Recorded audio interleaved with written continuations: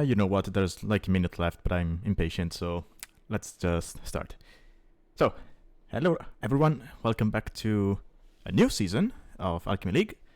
We are currently in Season 8, and today we are going to have some games from Sprint 1, which is undergoing. We are currently in Round 3 of Sprint 1. It just started today, so Round 1 has ended. And, oh yeah, I'll have to fix this, because I have the new slideshow, and it just covers the chat at the start of the stream. Hello, literally Loza. So, as I was saying, Round 1 has finished. We are currently halfway through Round 2, and Round 3 started today. So, plenty of games already came in, and many more to come. Alright, so, as for today, we have, as you can see from the title, 3 different sets. Now, I'll say this right at the start. This first stream of the season is kind of a way for me to gauge what the length of the sets is actually going to be, because due to the nature of the current season, which has Sudden Death, it has Regicide, it has Wonder Victory and Relic Victory have always been there. We have King of the Hill, and we have some peculiar towers which defeat a player when they go down. I mean, I expect sets to be a little bit faster than they used to be in previous seasons.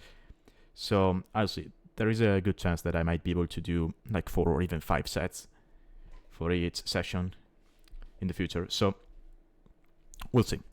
I'm going to do these 3 sets for the time being. Then, if we have spare time, I guess I can break my own rule and kind of cast one of my own sets. The one from round 1, because I was not able to record my POV for that one. So, at least we'll get that out of the way. But anyway. So, first set of the day is going to be Lion against KorDimon. Now, if you watched previous seasons of the league, you will know these players. They've been with the league for quite some seasons now. I think KorDimon skipped a couple and then came back about 2 or 3 seasons ago. And Lion has been with us at least since the space-themed season. Maybe in the Alaska one, but I do not remember. But yeah, let's take a look at the players. So, KorDimon, as you can see, he is around 1200 as his highest elo, with a current rating of 1000, but he doesn't seem to have many recent... Oh, and we're going to scroll down, otherwise we might see explore to the result. He probably doesn't have many recent games, so I'll just go on and say he is 1200. I'll just take his highest elo. Now, Lion, yeah, I have to use AOE2.gg because for some reason AOE2 Insights does not have Lion on it, but anyway, this is him. This is actually him. It's not a generated picture with the eye. It's actually him. He's a 1400 player with a highest of 1500. So, elo-wise, he's going to have kind of the advantage on KorDimon. But KorDimon has shown in previous seasons that he can actually punch his way above his elo. So, yeah, it's going to be an interesting set. And, oh yeah, KorDimon is from the Russian Federation, whereas Lion is from the United States. So, maps. Now, this was played in round 1, so the map of the round was Oasis. As you can see, they both banned 4 maps, and after both players are done banning maps, there are actually 3 maps left. So the randomizer chooses 1 map in between 3, and the one chosen was Rivers.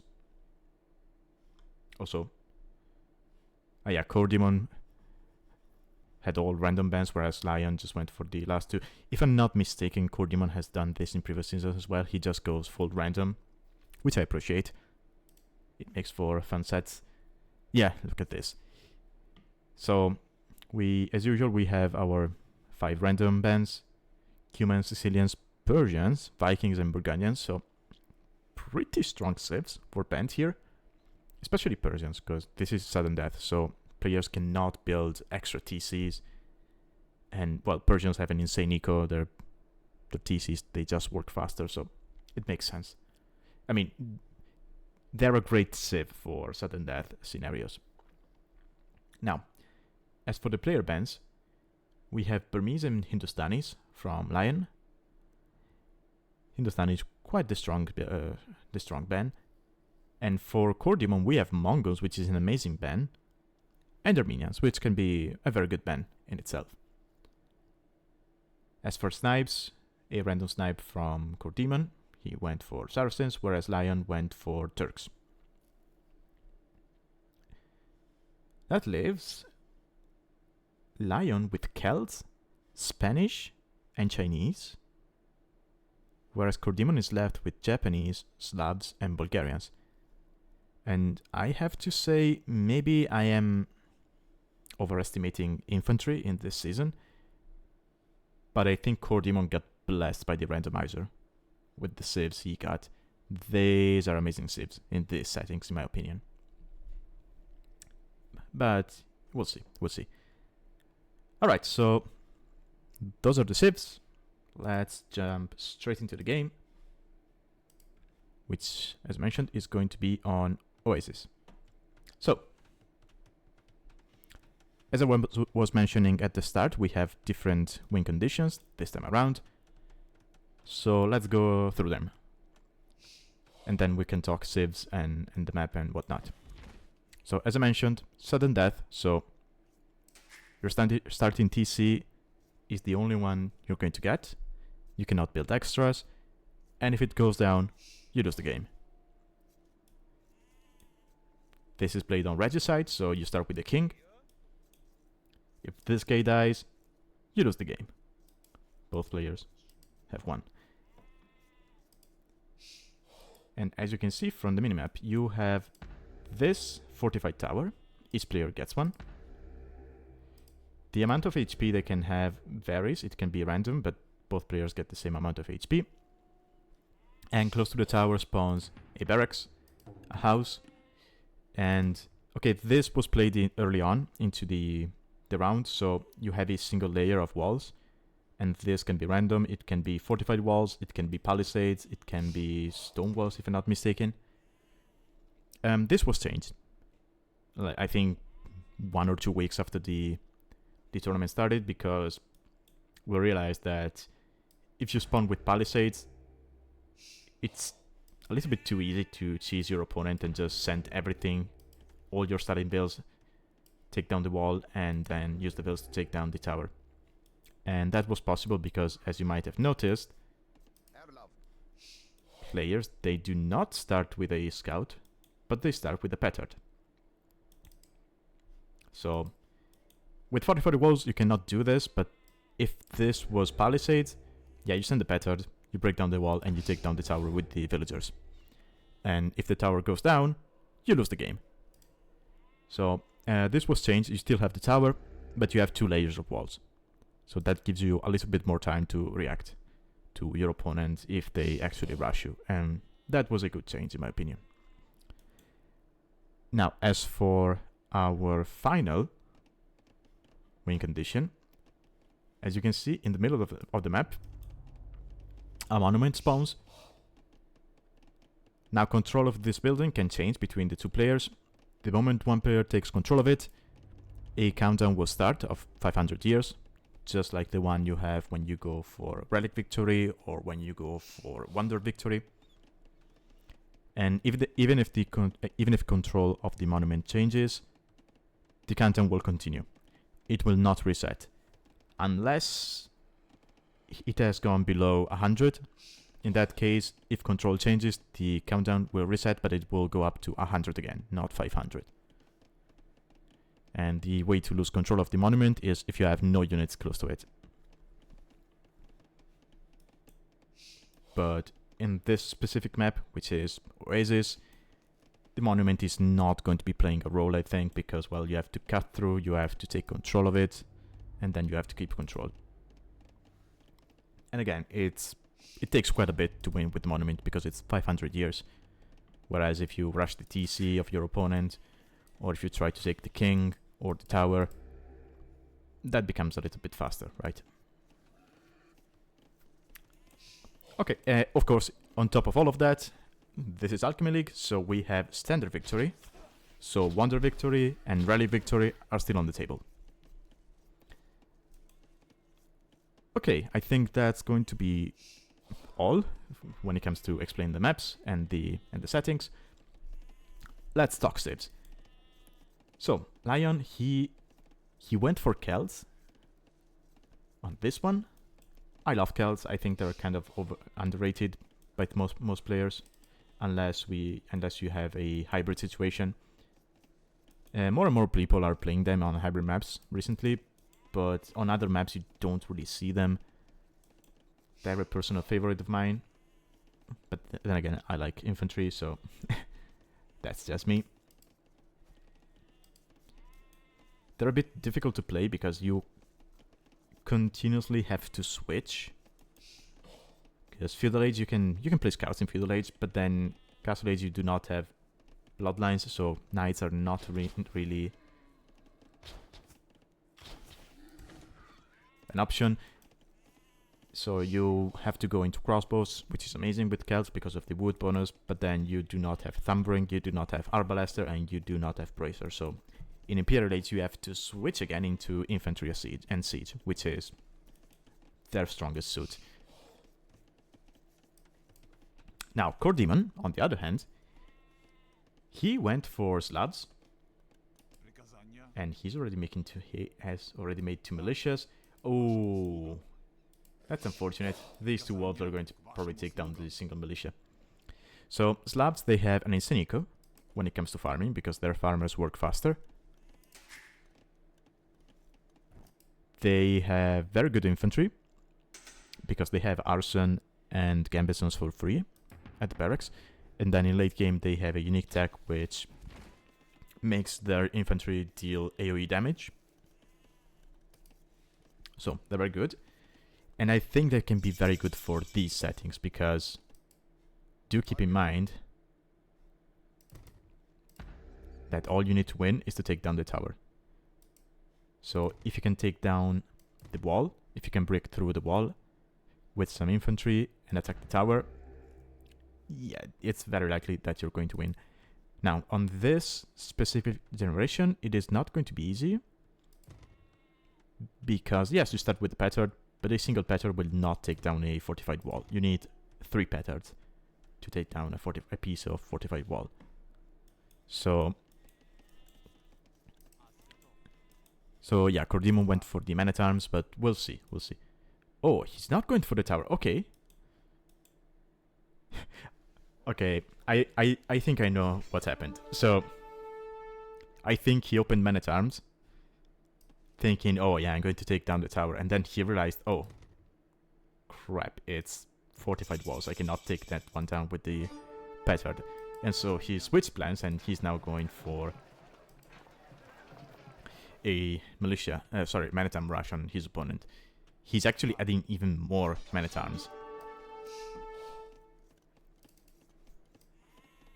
Now, Lion, on the other hand, he seems to have opted for a fast castle build, by the looks of it. He's now adding the blacksmith and the stable. He made a second barracks. I expect many people to do this. You don't really need the barracks, because you already have this one close to the tower. But I expect people to just forget, because we're so used to build orders. So yeah, I'm not surprised by this. And to be fair, maybe it's not even a mistake. Maybe he just wants barracks close to home to have military protection at home for defense purposes. Now this market will go down, because, well, militia line already has a bonus against buildings. They have 2 basic bonus against buildings, and then Slavs, as I mentioned, they get arson for free. So these man-at-arms, as you can see, they have 4 bonus damage against buildings. They have 6 base attack. Lion now dropping another market, dropping a tower to protect Ezekiel. This tower is actually in a No, okay, it should be fine. I think even if Militia sits here, the TC can range it. The tower should be able to protect the stable. He has tons of sheep, so he doesn't really even need to go into farms at the moment. Yeah, he's going to wall up anyway, just in case. So, Lion is going to be up to castle, and we'll see what he does from here. I mean, he's got a stable, and I said that with Kells you don't really want to go into knights because you're lacking bloodlines. But honestly, you see this amount of investment from your opponent. You know they're going to be in feudal for a long time. And it's man-at-arms, so if you can get to, I don't know, you might need 6 knights to take down this amount of man-at-arms. If you can get to that, then yeah, you clean this one up, and suddenly you're in castle, you have knights, and your opponent has nothing.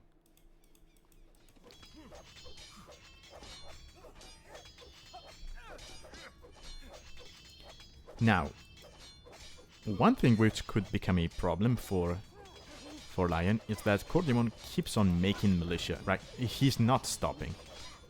He's going full on man-at-arms. Now, the reason I say this might be a problem is that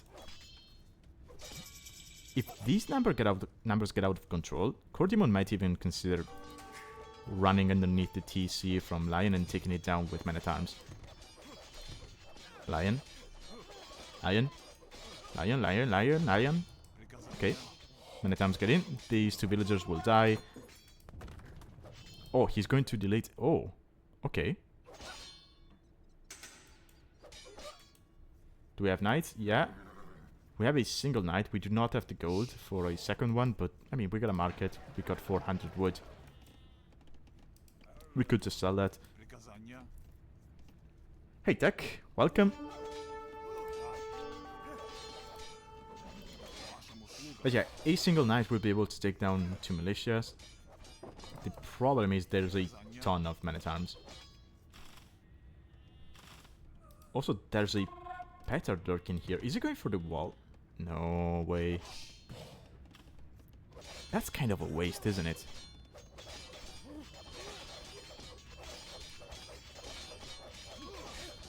Okay, Lion buys some stone to get a tower on the woodline. That's good. He should be able to get it up. Yeah, this gate is not going to go down. And now, just abuse a little bit the market. Maybe either your TC. As long as you get to enough knights, you can kill this, and suddenly you're in a good position. The numbers are similar. Despite the fact that KorDimon killed 4 villagers. Yeah, he's got a lot of idle TC time. Yeah, I think he's idling on purpose just to get up to castle.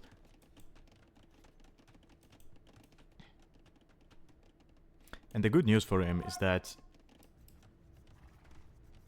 his eco,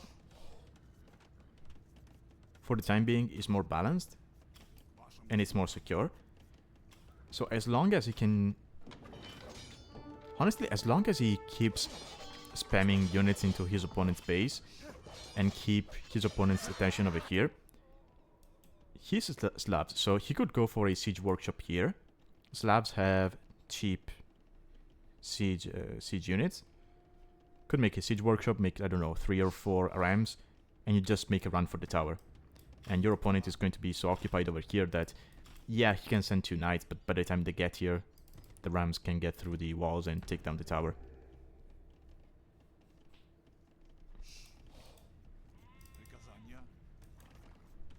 But KorDimon not clicking up. Is he missing the buildings? Yeah. So we know he had the blacksmith because he got the armor and the attack. He now gets the market. And he should be on his way to castle. There we go. And honestly, now you can just... Yeah. He's not giving up on infantry. Keep your opponent off resources. Keep your opponent in his base. We now have monks. Or rather a single monk for for Lion. I don't think he got a conversion there. No, I don't see a blue Man-at-Arms, so I don't think he did. Kind of a waste here for KorDimon to take that many hits and take that fight. You're on your way to castle. I think you just, you know, roam around your opponent's base, be annoying, keep him guessing, and then once you get to castle, you get longswords, and that's when you engage. Because yeah, now these Man-at-Arms will go down.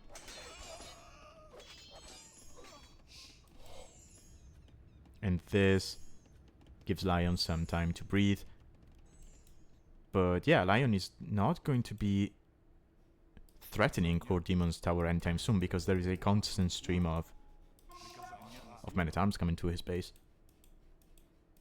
Honestly, if you're KorDimon, you might as well drop another... Yep, there it is, another barracks. And you go double Man-at-Arms production here. Well, it's going to be longswords in a moment.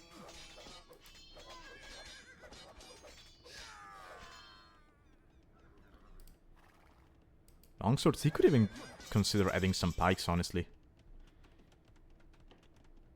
Because he knows how much his opponent is. Because he knows that his opponent is on knights. And now, let's see.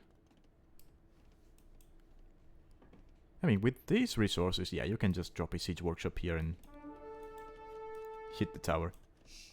You would need more villagers on gold, but still. Okay, longswords are in. Now he can actually take a decent fight against the knight. The monk is healing, which is good for Lion, but yeah, monk goes down. And 2 longswords should be able to take down a single knight. Yep. Oh, actually, I mentioned siege workshop on the tower, but he doesn't really need it. Because Slavs, they get arson and gambesons for free. So, longswords with the second armor upgrade, arson and gambesons. If you get 18, 20 of them, you can take down the TC. Like, you sit them underneath the TC, you just attack and you take it down.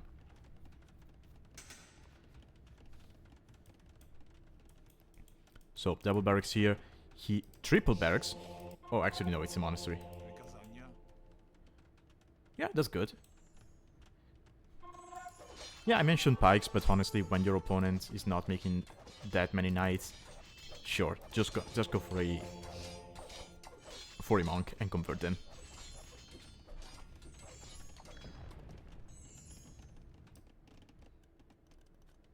Now behind this, okay, KorDimon is now going to finish that wall.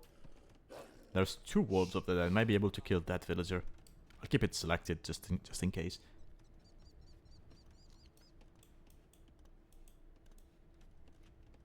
But yeah, KorDimon kind of calmed down with the infantry production. Or rather, not with the production, but with the attacks. Oh, actually stop making militia. Ooh, okay, he's got a castle, but that's 3 vills. There's 2 scorpions coming. They're separated from the knights though, so yeah, the longswords are going to be able to take down the scorpions. There's a monk who could switch to the knights. Yeah, that's a conversion. Scorpions. Yeah, just attack the vills. Even if you lose the scorpions, as long as you take down the vills, that's fine. That buys you a lot of time. No, that vill survives. This vill survives, what the hell? I'll have to watch that one back. And now you have a single vill trying to build the castle. I mean, it's still 1 vill instead of 3, but in the castle, so that should buy Lion some time.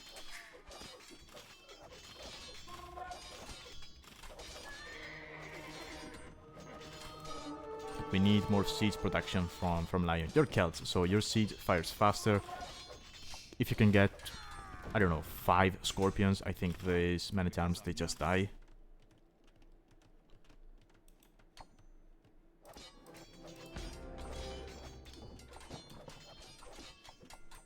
Now granted, this castle is not the end of the world, because the TC is not in range, but a castle will be able to produce petards, which are going to be able to take down the TC, so...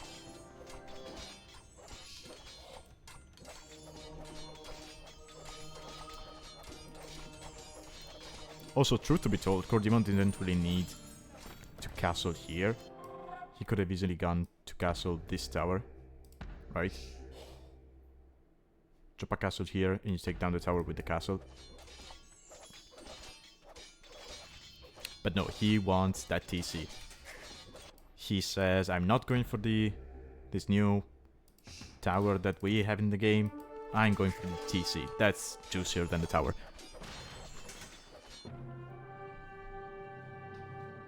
Oh, and Lion just... yeah.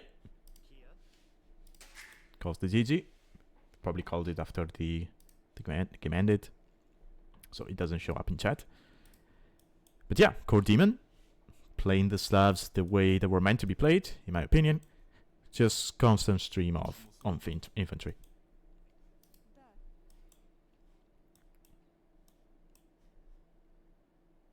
Oh, I just noticed. Sorry. It is Season 8, not Season 7. Okay, so KorDimon takes Game 1. In a very convincing way, but at the same time, I'll be... well, not critical, but I'll be real. I'll be realistic about this. This only worked because Lion was going fast castle, right? If Lion was playing feudal with archers or scouts or anything really, then this situation doesn't snowball like this. Maybe KorDimon saw the stone walls around the tower and he figured, well, if there's stone walls, feudal pressure is not going to work, so I think my opponent is going fast castle. Hence, I'm going to go for a full militia play in feudal and just disrupt his build. I don't know if that's the case, but yeah, it worked. It was the right decision to counter the opponent's strategy.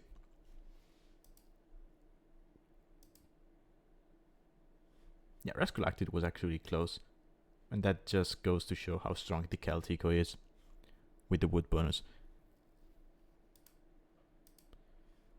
Because yeah, he had way more wood. KorDimon had way more food because of the farming eco. But I think... oh yeah, Lion actually had more bills because he was not idling his TC as much. Okay, so yeah, that makes sense. Okay, so that was a nice game 1. Let me load up game 2 and see what they have in store for us on rivers.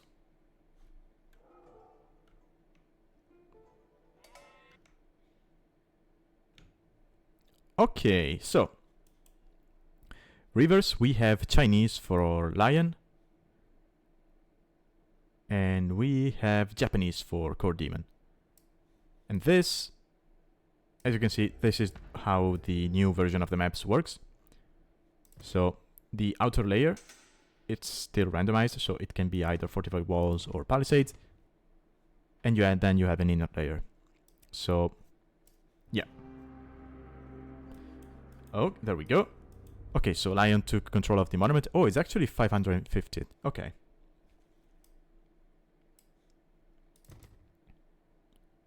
So both games, they got a generation with fortified walls. That's interesting. So that kind of prevents any kind of feudal age shenanigans. I guess unless you pick humans and you go for rams, but we'll see if anyone tries to do that. And yeah, the map is rivers. So there's, well, it's called rivers, but it's actually a single river with some islands in the middle. And yeah, players start with a transport. There's tons of fish, so I expect people to just go for hybrid builds, hence why we have Japanese probably for KorDimon. Japanese are just amazing on hybrid maps. their wood discount on drop of buildings. They have stronger fishing ships, both stat-wise and work rate-wise. And especially for maps like this, where you have this tower, if you have a generation with palisades, the fact that their infantry attacks faster can be very strong. So yeah, overall, I think going forward, we'll see Japanese being picked or banned a lot. Probably not as much as it happened during season 5, was it? The Alaska one? Maybe it was 4. I don't remember, I'm sorry. Yeah, I think it was 4. Yeah, it might have been 4. But yeah, during that season, we basically saw how busted Japanese can be on specific maps, and they were one of the most banned civs during the tournament. I think they got banned more than Mongols did. So yeah.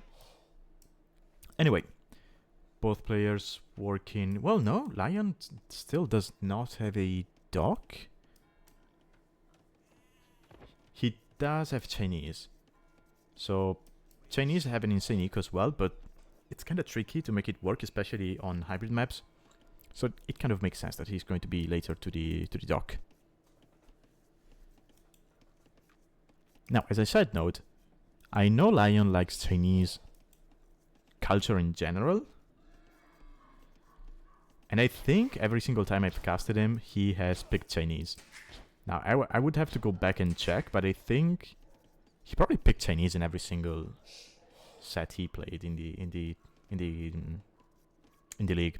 Well, unless they got randomly banned by the randomizer.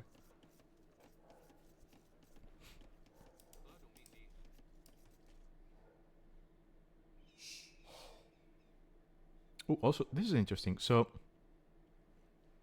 when I played this map, I remember there were 2 crossings. Maybe that... Oh, wait, maybe that was Highlands. Okay, never mind. Scratch that. No, wait, it was rivers. Yeah, I think if you have rivers, you have 2 crossings as well. I don't know. Anyway, we have a single one, which kind of works into KorDimon's favor, right? Because it doesn't have a land connection to his main base.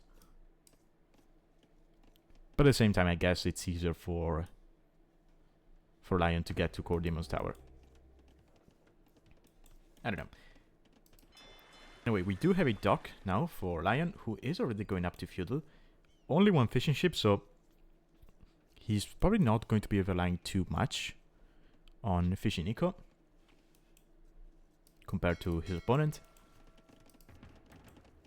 Again, we have a barracks from Lion. He made one in the previous game, during the previous game as well, so I don't think this is... I think this is on purpose. I don't think it's a mistake. He actually wants to have a barracks at home.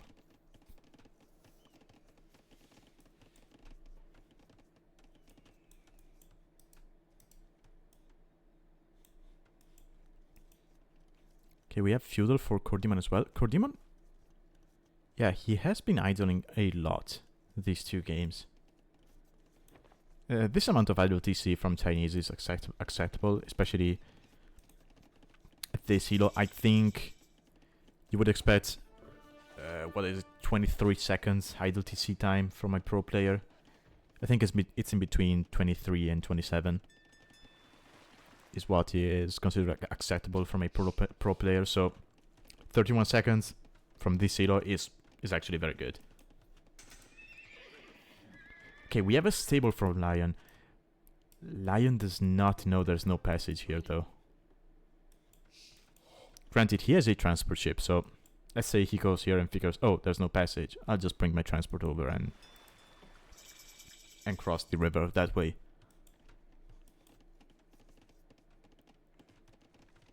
But yeah, his eco is not very balanced at the moment. He got Horse Collar and Town Watch, but now he's not going to be able to afford... Yeah, okay, now he's able to afford the Villager and the Scout. We have Man-at-Arms from KorDimon. So is KorDimon going to be playing the same way he played in the previous game? Wait. Hold on, Lion. Oh, he saw the militia coming because he had Town Watch. And he's thinking, no way, I'm not going to lose the way I lost game 1. We now have an archer range. Does he have safe gold? Okay, he's got safe gold over here. Well, not safe, but at least far away from the Man-at-Arms. So he could go for that. But at the same time, he needs to be careful because... Okay, he's going fires. KorDimon has opted for galleys, which kind of makes sense at this distance. And there's a hole. No, there's always a hole.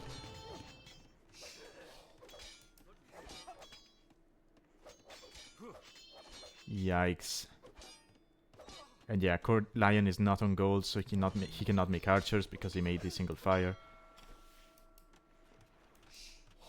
And you can't even fight these Man-at-Arms with villagers because they're Japanese, so they attack faster.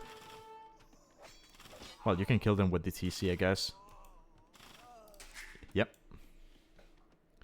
So that's something. And despite all of that, Lion is still ahead in Vills. Eco-wise, he's behind Way 1, but that's because KorDimon has more fishing ships.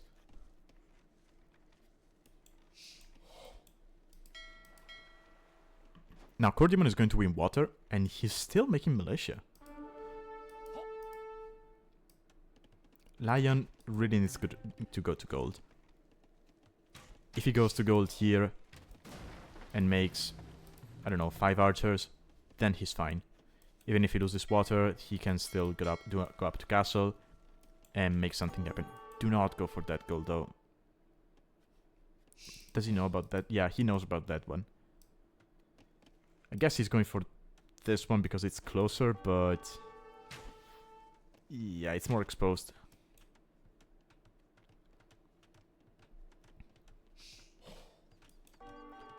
And he doesn't have enough stone to drop a tower on that gold, either. He needs to see this, and stone walls... Okay, no, he's going back.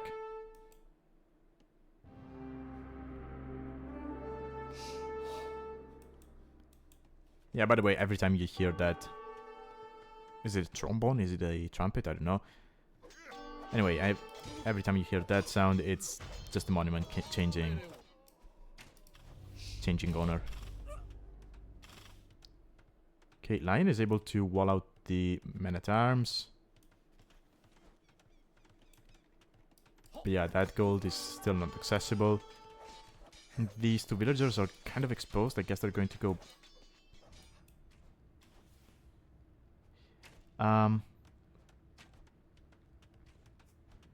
Sure, I can see why you would go for that. The issue is this. So if you stonewall this, the transport can still take the Man-at-Arms over. Okay, Lion is now going to stone. He is getting closer and closer to Castle Age resources.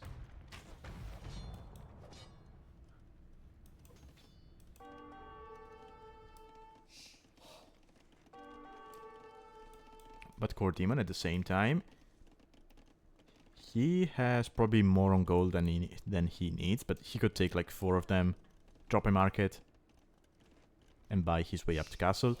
And he's got 7 on stone.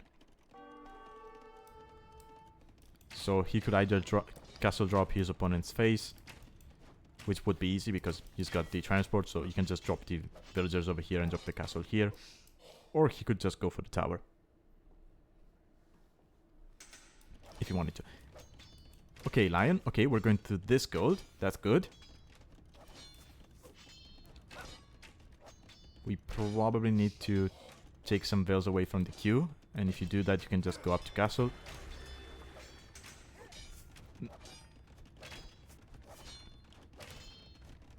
I'm not convinced about this tower. Yeah, I mean, KorDimon can just rush it with the Man-at-Arms, right? Well, not if you wall it, okay.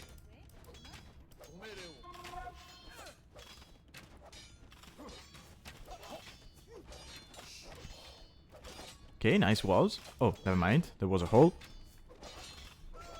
And yeah, the tower will go down. These are Japanese Man-at-Arms. Did he get Arson? No? Okay. Okay, we now have an archer, but no fletching yet. Do we have a blacksmith? No. And he's going to make another tower here. Why?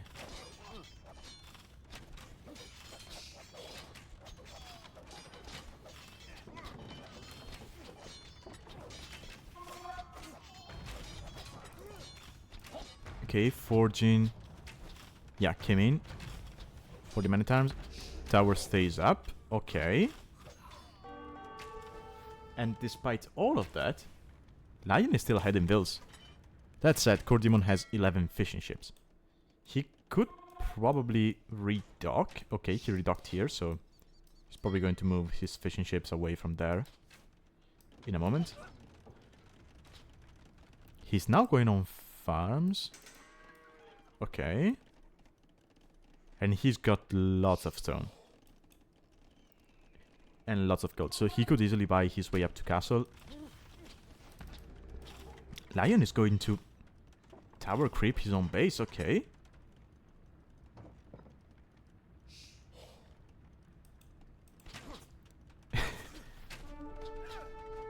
So does he just want to... Okay, I think he just wants to cover the entire shoreline with towers at this point.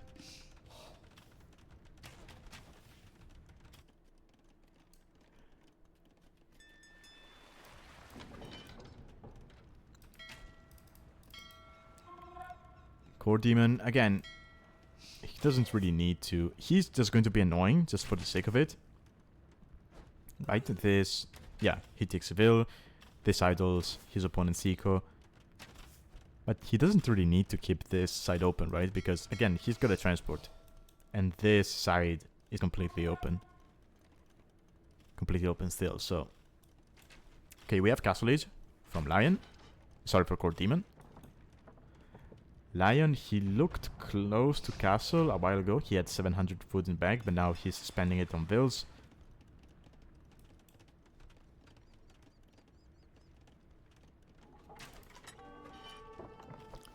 Still has more vills, but again, his eco has been idle for a while. And now he's going...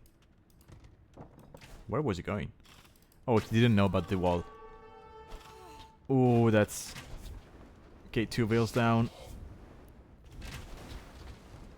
This dock could get denied. If the galleys just sit over here, the dock can get denied.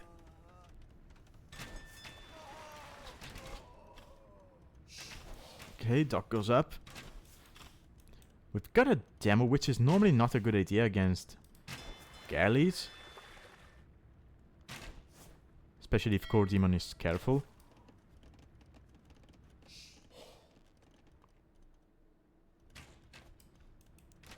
Also, Lion will know that his opponent still has the transport ship, so he needs to see that and realize, oh wait, he could still transport stuff over to my side. We have Castle Age for KorDimon. Let's see. Actually, will KorDimon remember that he has a transport ship that he could use to drop a castle over here? I don't think he will. I think he's too focused on microing these galleys. He's investing a lot on water, and he doesn't really need to, right? You already have a good mass of galleys. You could invest those resources into TC. Oh no, not TCs because it's sudden death. But you can make more farms. You could I don't know, build a siege workshop over here. Push with some siege.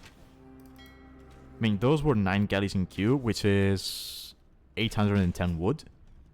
And 270 gold. That's a lot.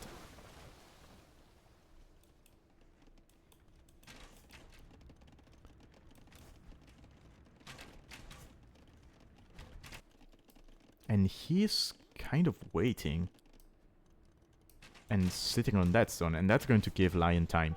Now, Lion has enough stone for a castle himself, so if he drops a market, he should be able to sell the wood and buy the food to go up to castle.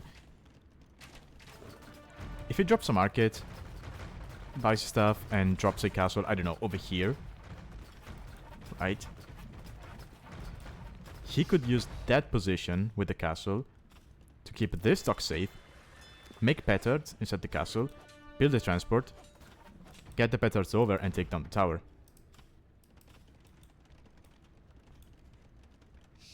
Right, you might even want your castle defensive, but then let's say you drop the castle here to defend your TC, then you cannot make it across with the transport because of the galleys. So I think you have to go for the aggressive one. I mean, he might end up getting to castle with enough stone for 2 castles. So yeah, just drop one defensively and one offensively. Honestly, could even go for the sneak one. Drop a castle here, make a dock here. You get 10 petards, you transport over, and you take down the TC. Okay, there it is. We have castle for Lion.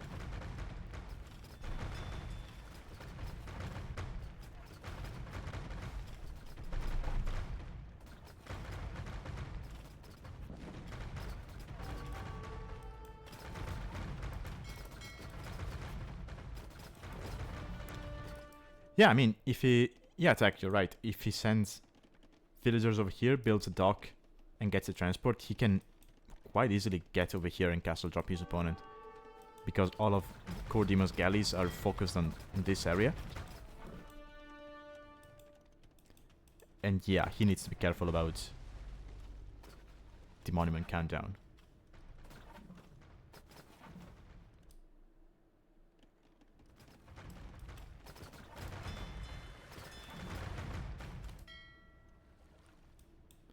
Okay, here we go. So castle drop is going to be on the tower, not the TC. Okay. Does KorDimon know? Oh, he doesn't. He doesn't know. Okay. Lion is waiting. And KorDimon has no land military. So even if he sees the castle go up, I don't think he's going to be able to deny it.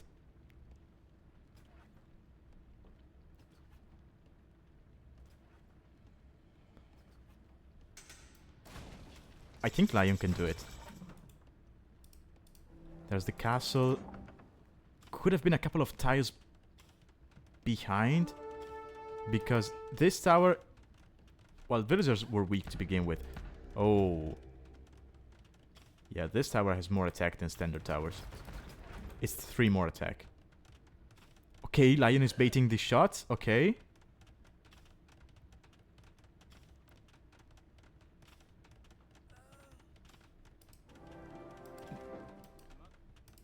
Castle should go up.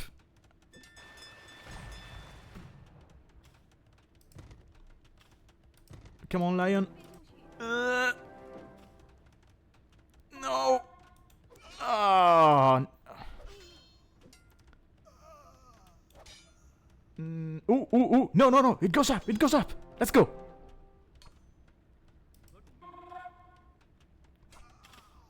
It goes up. Okay. Okay, target the tower. Target the tower. Okay, yeah. This is Lion's game. No! The castle is attacking the palisade. Yeah. Attack the tower. Attack the tower. Yeah, Lion misclicked the palisade, so the castle is now attacking the palisades instead of the tower. He needs to realize. Please, Lion, realize.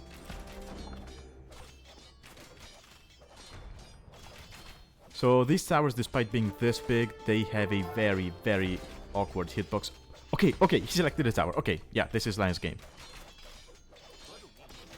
There's no way these longswords take down the castle before the tower goes down. Let's go. Nice. Lion wins. There we go. Amazing, amazing read on the game. Amazing reading on the game.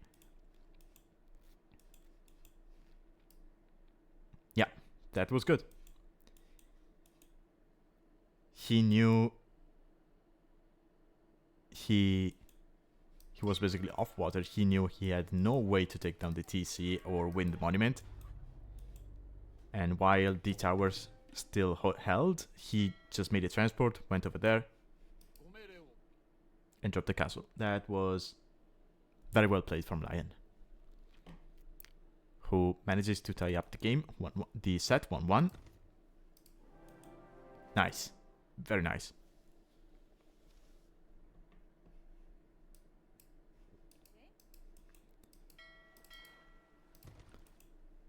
I think it was a bit weird how he tried to go for this gold instead of this one at the start. I think if he straight goes for this one, then he doesn't even need to do this kind of crazy play, right? He can just make archers, take down the man-at-arms, and he's fine.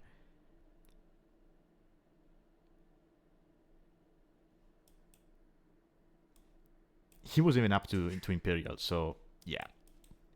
Very well played.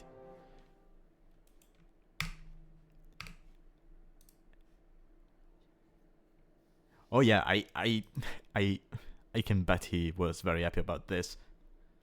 Especially after how game 1 went, right? When it felt like everything went wrong for him.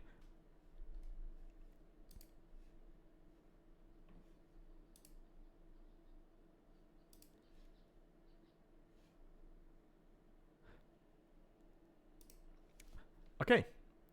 So, that was... Oh, he was played a week later. Oh, that's why we had... That's why we had a double layer. Okay, yeah, that makes sense. Yeah, I was wondering why we had a single layer in game 1 and 2 layers in game 2. Okay, yeah, that makes more sense.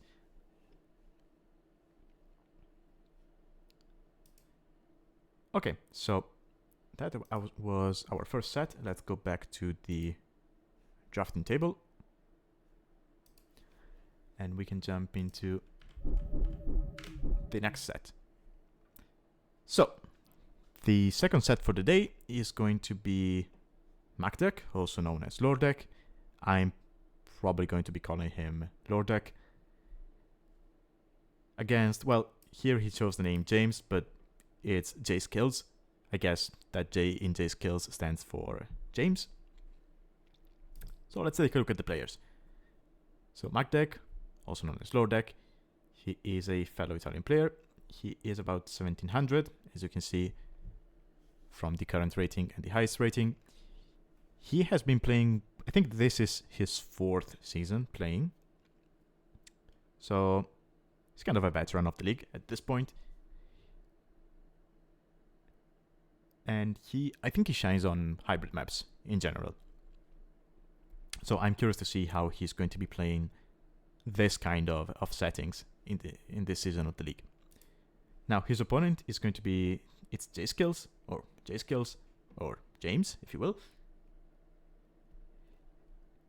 As you can see, he's around 1700 imps himself, so this is going to be a very balanced game, balanced set, and he is from the United States. I think this is his first season playing with us. So LoreDek is going to definitely have the experience advantage, although, well, many things are going to be new for him as well this season. Oh, so LoreDek is actually from Florence. And you might have noticed this in previous seasons, sometimes when I was posting our results in the league Discord. So he's from Florence, I'm from Mantua, and so Florence is Dante's city, whereas Mantua is Verge's city. And if you know about the, Dante's works, he kind of worshipped Virgil as a poet. So yeah, sometimes we joke about that. Anyway. Yeah, I don't know if I was allowed to say, but I've said it, so LoreDek, if you're watching this, I'm sorry. Anyway, let's take a look at the maps. We have Highland as our map for game 1, which tells us that this was played in round 2. And for our second map, we're going to have Mongolia. And I'm curious to see how that one will play out, because it is not a map you often see in tournaments. It's a map that has been in Age since forever. I think Age of Kings had Mongolia. It just doesn't see that much tournament play, because it can be kind of unforgiving as a map. So yeah, we'll see how that one plays out. Now, as for civs, well, the usual 5 bans. We have Chinese, Sicilians, which I believe were banned in the previous one as well, Burmese, Ethiopians, and Cumans. So nobody's going to be trying the Cuman Rams in Feudal in the set. LoreDek went on to ban Koreans and Malay. Jskillz banned Japanese and Persians. Very nice bans. Snipe Whites, LoreDek snipe Byzantines, whereas James sniped Dravidians. I like the Byzantine snipe. They can be very good on sudden death settings because they have more HP on their buildings. So that counts for their TCs as well. And if I'm not mistaken, it is going to apply to their towers and to their fortified tower and the walls around it in this specific tournament. So they can be a very strong pick. And Dravidians, well, they're good everywhere, basically. So these 2 bans make sense. That leaves LoreDek with Khmer, Goths, and Italians, whereas James is left with Lithuanians, Spanish, and Bohemians. Okay. So very nice civs for both players, I think. So let me just load up the first game, and we can jump straight into that one, which is going to be on Highland. Let me change scene. Here we go. Okay. So Highland, first thing we check. Okay, we have a palisade generation around the tower. So feudal play is going to be viable. If you want to go for men-at-arms and take down the tower, I think it's viable. I think it's a pretty strong strat if you can pull it off. But we'll see how this one plays out. So, in the yellow, we have Jskillz playing against the Bohemians. Okay, that's an interesting choice. And in the red, we have LoreDek playing as the Italians. So, these 2 civs, it's always interesting to see them face each other, because there's kind of this idea that Italians hard counter Bohemians because Bohemians rely so much on their gunpowder, and Italians, they have the condottieri, which are just great at killing gunpowder in general because they take less bonus damage from hand cannons and they deal bonus damage to gunpowder units themselves. Now the issue with that is that you need to get to Imperial first if you want to play the condottieri as Italians. Until you get there, you're basically open to any kind of damage that the Bohemians could do to you using the Rico. And oh, LoreDek. He got Loom. He takes 9 vills. He's got a Petard over here. And he's going for the tower. Now let's see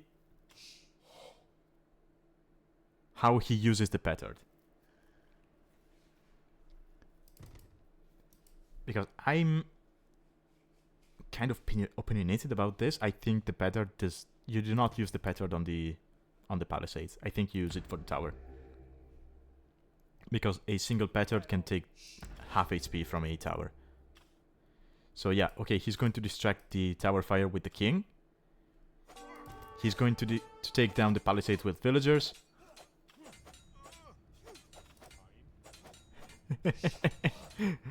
Let's go.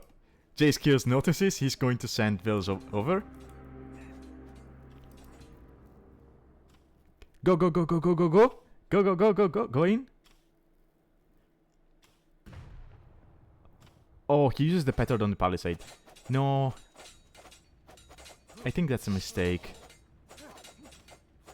So I think the way you use that Petard is that you use the vills, or the militia if you're going for militia, to take down the corner wall. And then through the corner you attack the tower with the Petard.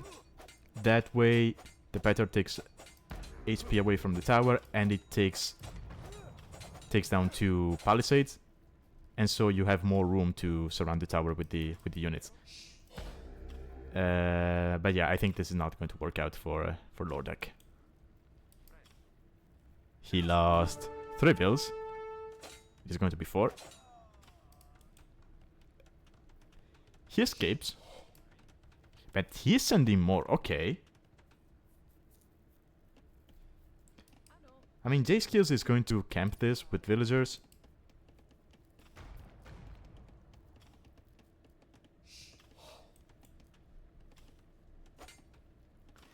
Hey Otter, yeah, apparently he's going to do this himself now.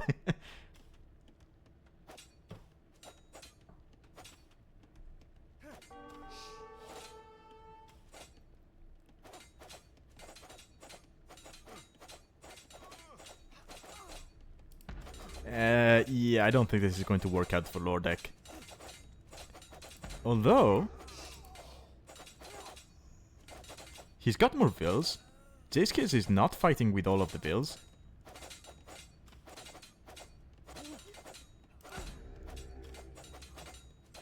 The tower is being attacked still.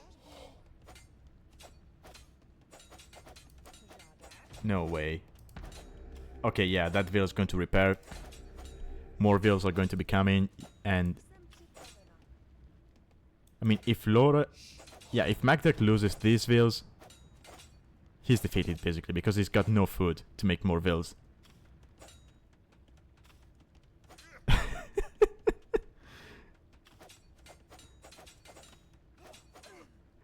Okay. Yeah, he calls it easy. So, okay, Jskillz takes the first game.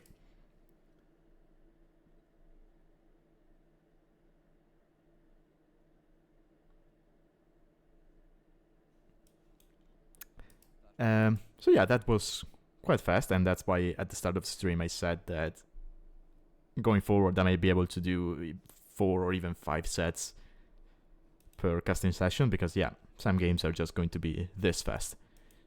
And I mean, even the games for the first set we had were faster than most sets we've had in the past. So yeah.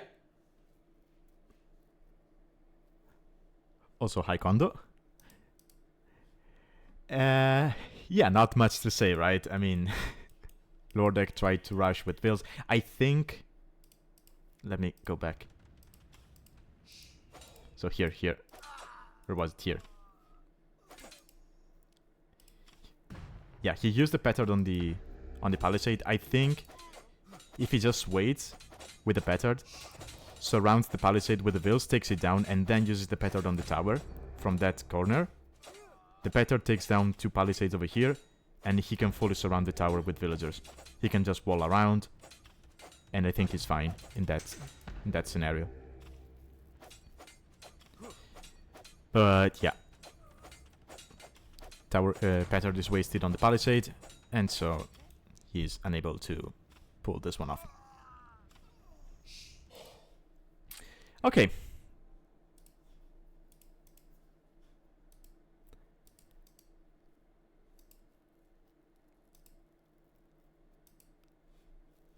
Yeah, nothing much to see in the in the stats because that was a very fast game. Let me just load up the second one and see what happens. Hopefully there are fortified walls, so the game lasts for longer than 5 minutes.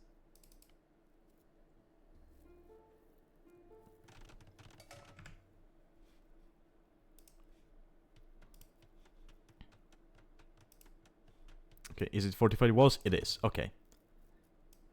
So I don't think there's going to be Vil rushing from LoreDek unless he thinks he can take down the fortified walls with the Petard.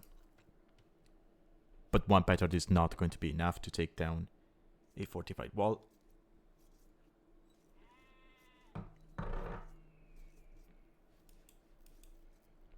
And we have Khmer from LoreDek. Nice choice. I like Khmer. And we have Spanish from Jskillz. Okay. So seeing Spanish makes me think he wants to go for some kind of fast castle play. And honestly, on Mongolia, with this kind of woodlines, it could be doable, right? Well, here, this is kind of open, but you can just wall to the TC like this, and then if you want to take the gold, you can just drop a tower on the gold. Or you can just ignore the gold and just take the stone instead, sell it to go up. You get that nice castle and you get your conks. You take map control with the conks and then you add Petards behind and you just go for the tower. That should be viable. But we'll see what they have in mind.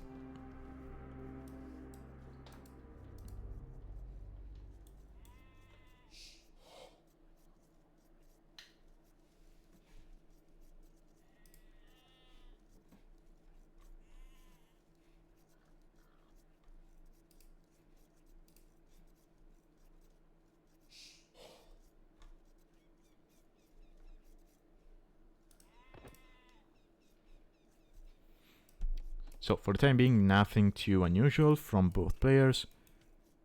Just taking the boars.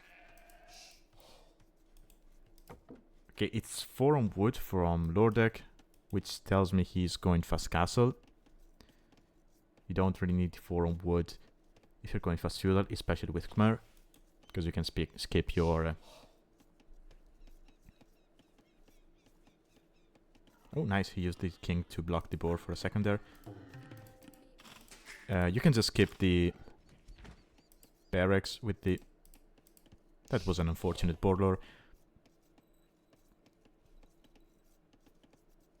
You can skip the barracks with Khmer if you want to go for a stable rally range. I mean, in this tournament you can skip the barracks with every single civ, because you start with 1.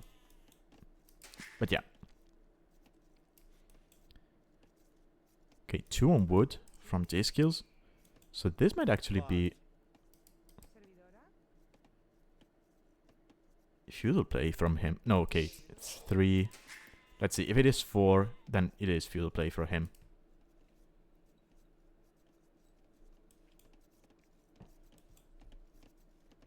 We have Loom coming in from LoreDek.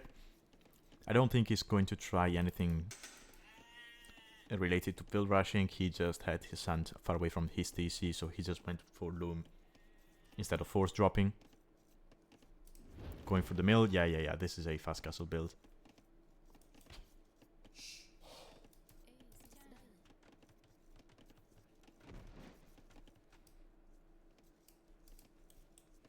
It is 3 from Jskillz. So let's see if... Does he have Loom? Yeah, he does. No, I think this is fast feudal from Jskillz. Okay.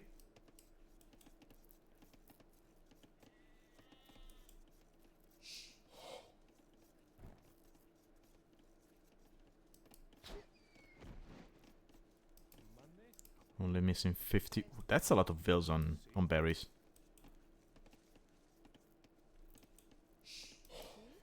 4.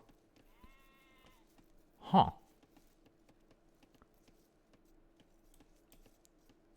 Yeah, okay, now he's going for more on wood. Yeah. This is just feudal play. I mean, if this was a phosphor kind of play, he would have already been on LoreDek, just using the pet art on the vills. Yeah, if this was a phosphor kind of play, he would have already been on stone or gold. So no, this is going to be scout. He had a barracks built somewhere. Okay, over here. Again, does he want to have a barracks at home for protection, or did he just forget about the one he gets for free? We'll never know. Okay, LoreDek now going for...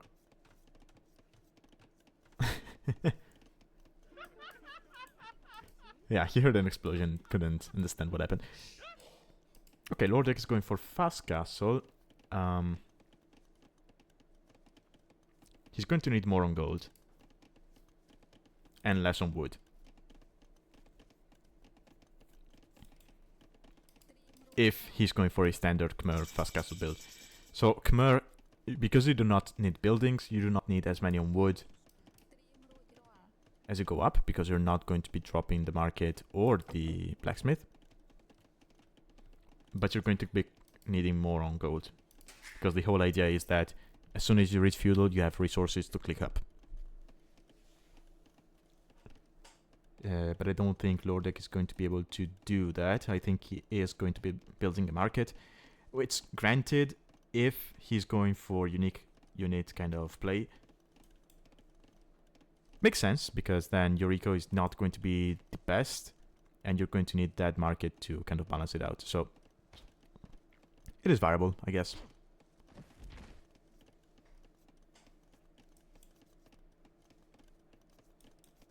The whole we do not make market nor blacksmith is more for arena maps, where you just want to go fast castle and drop extra TCs.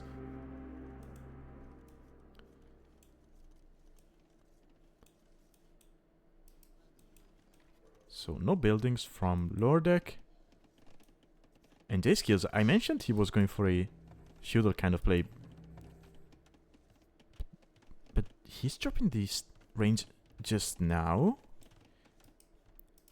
Now making 2 militias from this one, which is farther away from his opponent's base.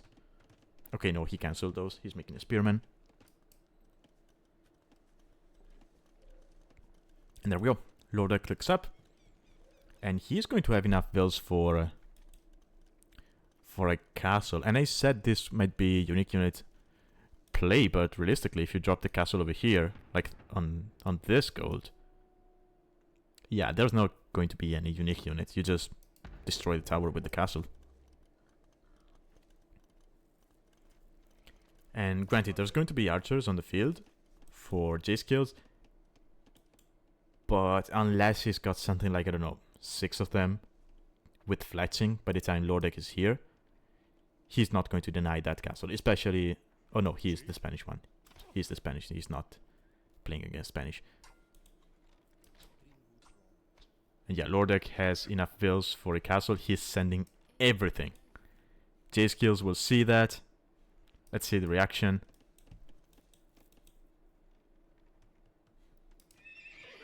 Stable. Okay.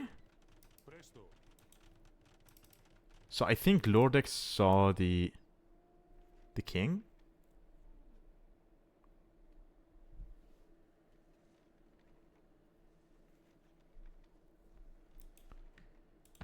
Ooh. He's being sneaky.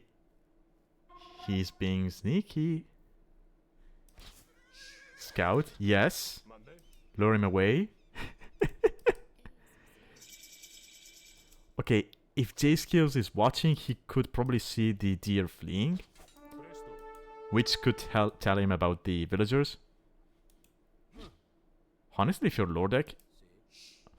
Okay, he probably doesn't know about the king, but if you're LoreDek, if you make like 2 knights, you can probably snipe that king.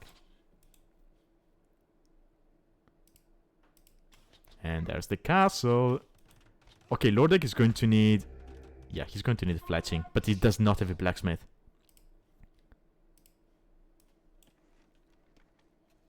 No blacksmith and no wheels on wood. Well, 2 wheels on wood. Castle will go up. There's no way you deny this.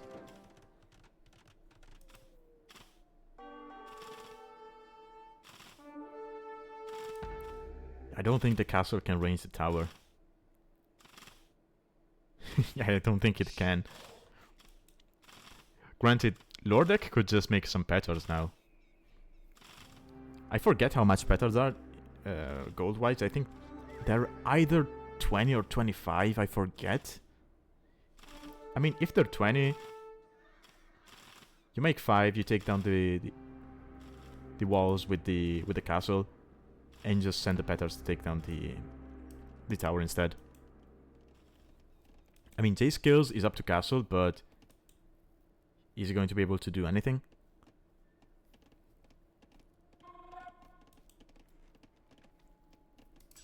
Yeah, that's the blacksmith. So we're going to be seeing fletching. Fletching should be enough, I think.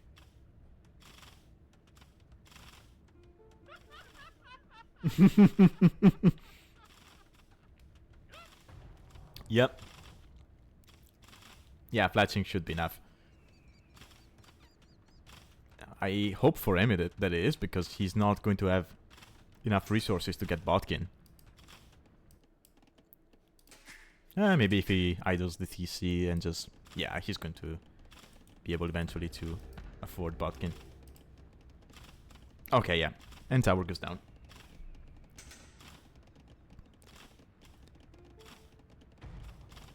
Yep. The sneak around was very good from LoreDek.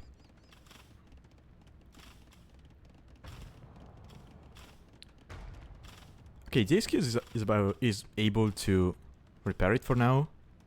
But yeah, he cannot out-repair. He's eventually going to be running out of stone. And LoreDek wins the second game.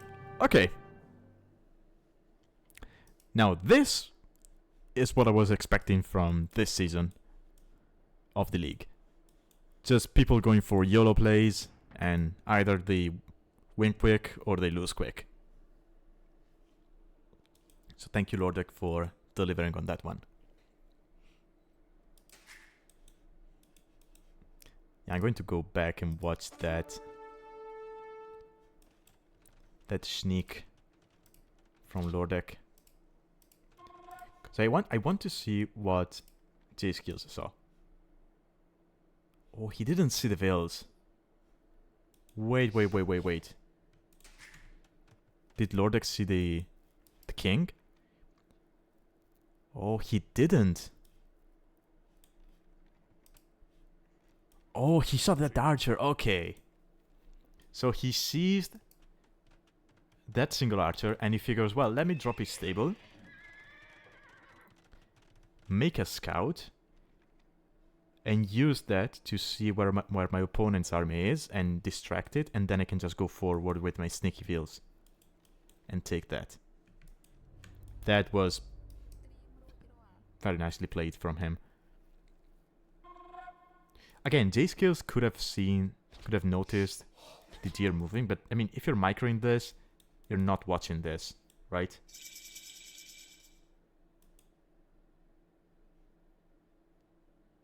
And he could have seen that now, but yeah. Yeah.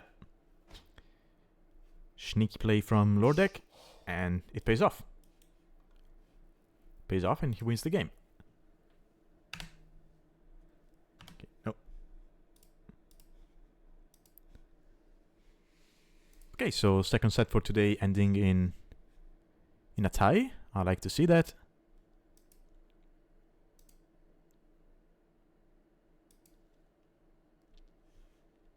And yeah, nothing much else to say about this set. I mean,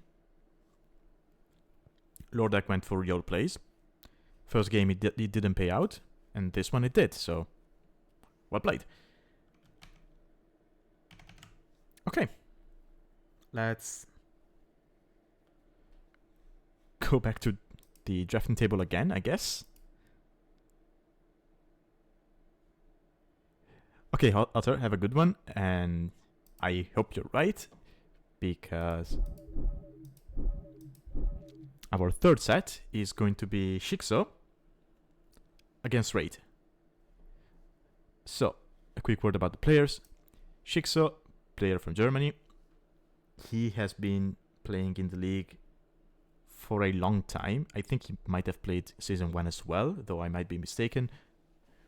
But yeah, he's a long-time player of the league, which is nice to see, especially when you notice that he is quite high elo.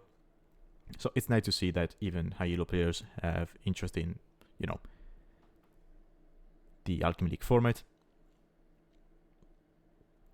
And yeah, he is around 2k2 with the highest of 2k3. And he is going to be playing a newcomer to the league. And that would be RaiD, who is another Italian player from the same clan as Shixo, the OS Plus clan. Now, OS was, which stands for Old School, by the way, originally was an Italian clan. They just spread out to, you know, to other countries in the world as well. And I think that happened about almost a year ago. And RaiD is one of the oldest members of OS. He might be the founder, though do not quote me on that one. But yeah, he's kind of like the big cheese of the OS clan. I don't know what it is like now that they expanded to other countries, but yeah, that's how it was when they were just an Italian clan. And as I mentioned, it is his first time playing in the league, so I'm curious to see what he has in store for us. Now, so let's jump into the draft. We have Oasis as our map for game 1, so this was played in round 1. And as for our second map, we're going to have Arabia. So we're going to have two very similar maps, two very open maps. Let's see. Civ-wise, we got the usual 5 bands: Malians, Poles, Persians again, Maya and Bengalis. Shixo went on to ban Mongols and Spanish, very strong bans, whereas RaiD banned Romans and Ethiopians. Now Romans I can see why, right? We just saw in KorDimon's case how strong an infantry play can be. So it makes sense to ban Romans, right? Now, I do not think that they are as scary as other civs, because Romans do not get arson. So realistically, their men-at-arms, yeah, sure, they have more armor, but they do not deal as much damage to buildings as other civs do. So I think they can be quite the awkward civ. But nonetheless, they have very strong eco, so you can just play them standard. Now, as for snipes, we have Malay, sniped from RaiD. I like that snipe. Malay can be very, very difficult to deal with because of the timings. So yeah, honestly, whenever I see my opponent pick Malay and I can snipe them, like 9 times out of 10, I'm going to snipe Malay, just because of that reason. Shixo, on the other hand, went on and sniped Georgians.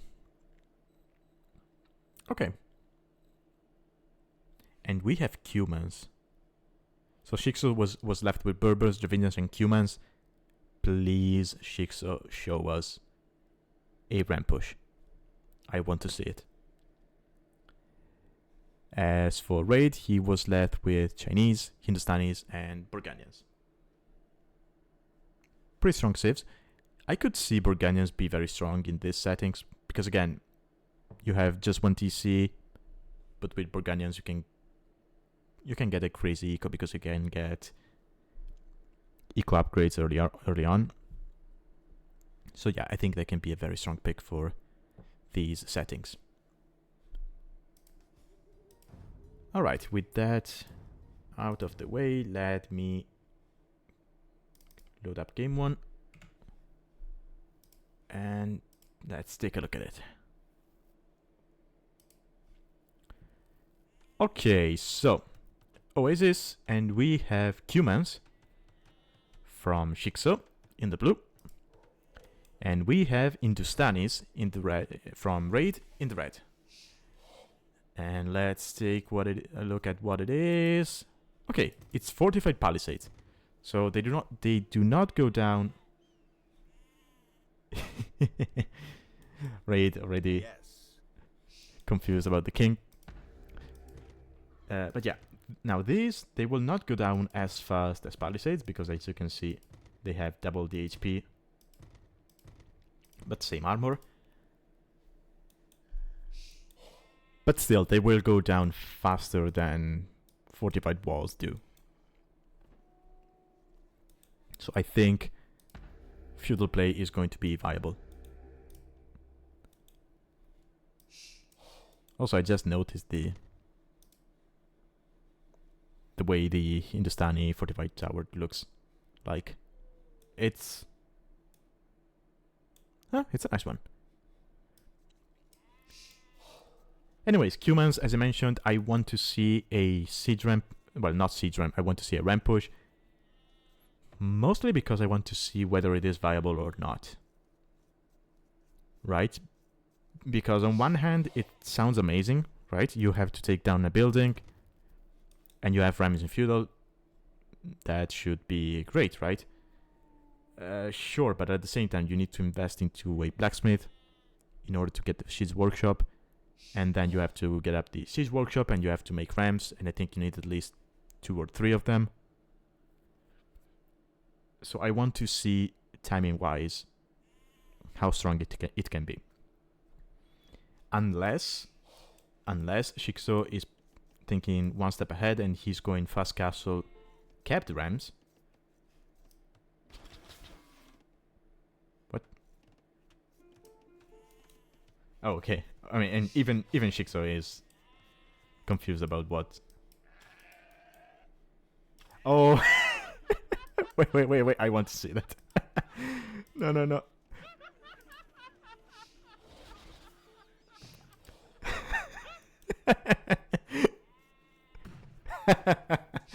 Okay, that's amazing. So, yeah, that's something I was trying to be careful about when I was playing my own sets and my own practice games. So you can push the deers with the petards, but depending on how you're used to doing that, on how you're used to pushing deers with units, you might risk killing your deer with your petard.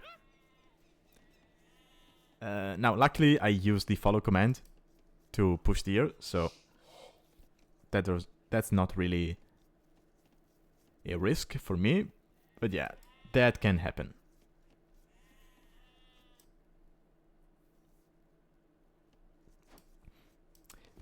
But back to what I was saying. Let's see if Shixo goes for a feudal push. Oh, that's nice. Are those extra deers? I think they are.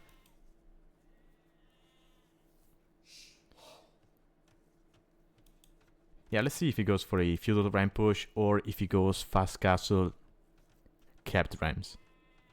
Right? Because humans, they get better in rams in feudal age, and they can get capped ram in castle age, whereas other civs, they have to wait for castle for battering rams, and they have to wait for imperial for capped rams. Now, I think, I may be mistaken, but I think that your siege workshop that you build in Castle Age works as a second building. Your siege workshop that you build in Feudal Age counts as a second building to go up to Castle Age. So if Shixo does, I don't know, something like 20 plus 3 or 19 plus 3 as a build, and just goes, I don't know, blacksmith, and then builds a forward siege workshop, he could probably mess rams as he goes up to castle. The moment he hits castle, gets capped ram, and then he can just rush his opponent with that. Again, I do not know how viable that is, but I hope he does something similar, just to see how the high-elo players approach this kind of settings. And again, we have a barracks at home. So I really wonder, do players forget that they have a barracks? Or do they just want to make another one to be safe at home, like to be able to make spears and whatnot? Okay, now RaiD went for 3 militia. Oh, okay. Okay, I like this approach. This really shows the old school theme to RaiD. So, we have a Drush fast castle, which is something that you saw in, I don't know, 2015, 2016 on Arabia style maps. I forget who it was who did it in the previous season. Someone did it on Team Glaciers. It might have been... Was it Taro? I forget who it was. But yeah, someone did it in the previous season as well, and I really liked that. But yeah, RaiD now he's going to just keep pressuring his opponent with these 3 militia. And he's going to go up to castle himself. Right, now he's up to feudal, sure, but he'll be able to click up to castle as soon as he gets to feudal and you know, builds the 2 buildings. Again, this is something you do not see nowadays on open maps, because it's too slow of a build. But yeah, this used to be quite common in 2015, 2016, especially with Mayans. People would just go Drush, FC into plumes. So it's always nice to see someone play like this. Now, I don't think it's going to be Drush FC into castle drop, because I do not see RaiD on stone. He is making a stable at home. Sorry, not a stable, a barracks. But I think, I'm not too sure.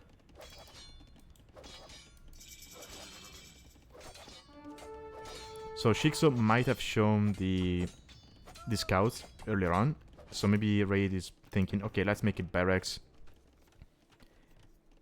at home just to have a couple of spears. And then we can go defensive spears, and we can just go up to castle with that.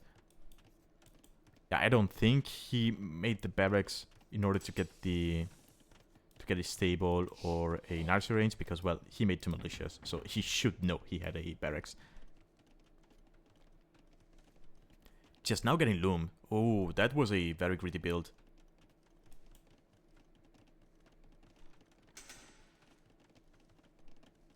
Alrighty then. And he's up to castle. He's going to make a couple of spears. And yeah, this is not going to be a castle drop kind of build. I would like to see him wall like this. Yeah, because that's going to happen otherwise. Yeah, you can just fight this one off with Veils. There's the spear coming. You might lose 1 Veil because, well, they're all bounced up over there. But yeah, he's up to castle. And honestly, RaiD might be the one going for some kind of... Oh yeah, there it is. There it is. So Shixo's idea was, okay, let's open scouts to keep map control, and then we go for the siege workshop. So he's going to go full feudal play. I like that. But as I was saying, we might see rams of the elephant variety from RaiD, because he's in the Stanis. And as such, he gets ram elephants. We've got a stable. Okay. Now that said, he doesn't even need to go into rams, because Hindustanis, they have this bonus which gives their light cavalry and camel units +2 attack against buildings. So he could even consider making, I don't know, light cav and taking down the tower with those. Light cav or even camels. Okay, here's the ram train. Yeah, we have camels from RaiD. Let's see how he reacts to this.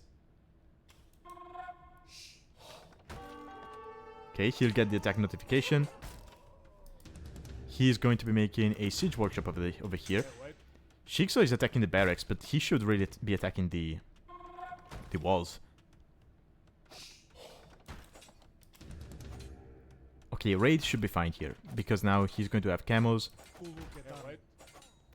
There are spears in that ram, which could be tricky. Yeah, now we have...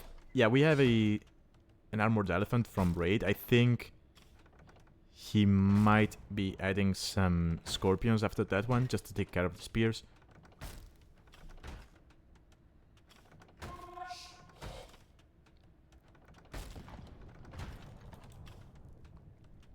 Okay, I love this. And Shixo, he is keeping the Petard alive because he knows how valuable it is against the tower.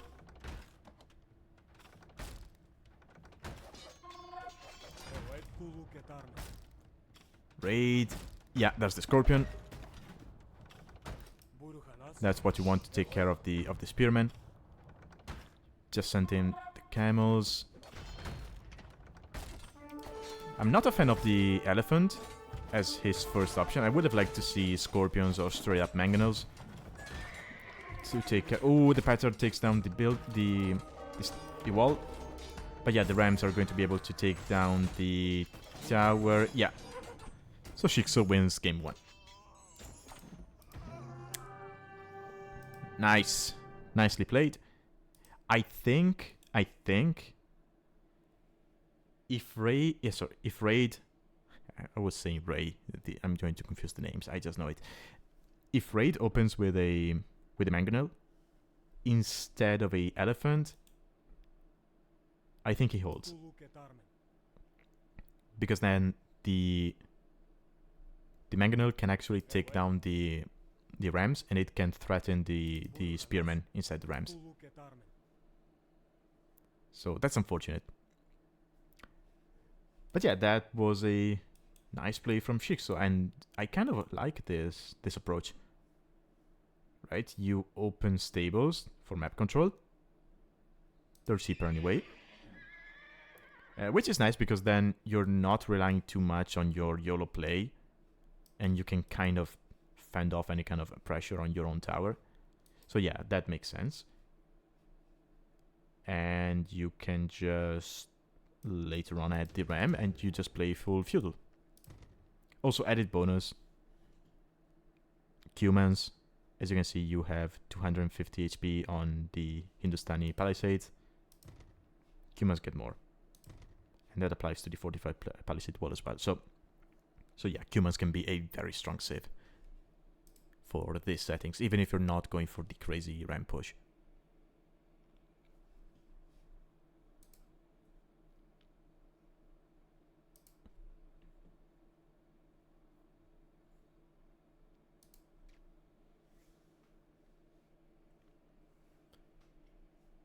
Okay.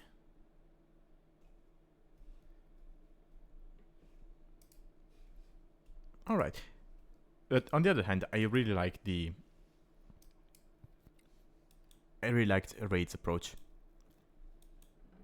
3 militia, FC behind. It's nice. It's better than just going blindly into FC, because then you have an idea of what your opponent is doing and you can react accordingly. Like how he made a barracks at home, because he saw feudalists from his opponent. He probably spotted either the stable or the scouts, and so he thought, okay, let me add a barracks at home, so I have a spearman for when he comes. And he did have the spearman. Granted, the scouts took one build, but if the spearman was not there, it could have been 2. So that was nice. And yeah, I mean, eventually, if there was not this kind of pressure, then you can just make light cav and camels, or even your own siege elephants, and you go and take down the opponent's tower. And that's it.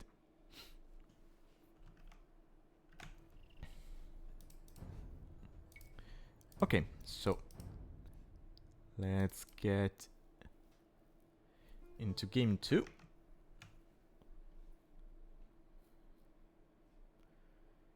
And we have Dravidians from Shixo, and Chinese from RaiD. And we have a fortified wall generation. Okay, so we should not be seeing any kind of Feudal Age play on the towers.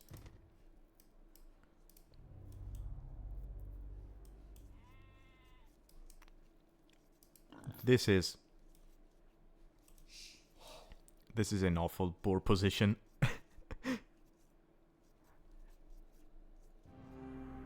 I've noticed this about some other maps, especially the island one. Some boar spawns or some deer spawns can be straight up awful. I've had spawns where you had a boar or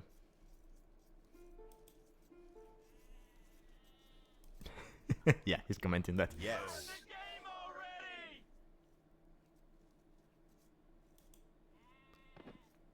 Yeah, I mean the boar is not trapped, so this doesn't qualify as a restart. It is going to be very annoying. Like you have to go all the way around with the Vil, shoot it.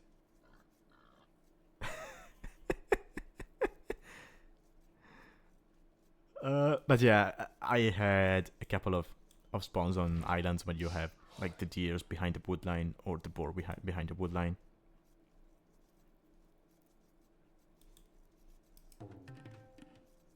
I guess older scripts for the maps were used to work on this maps tournament.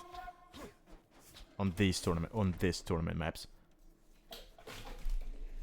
Crap.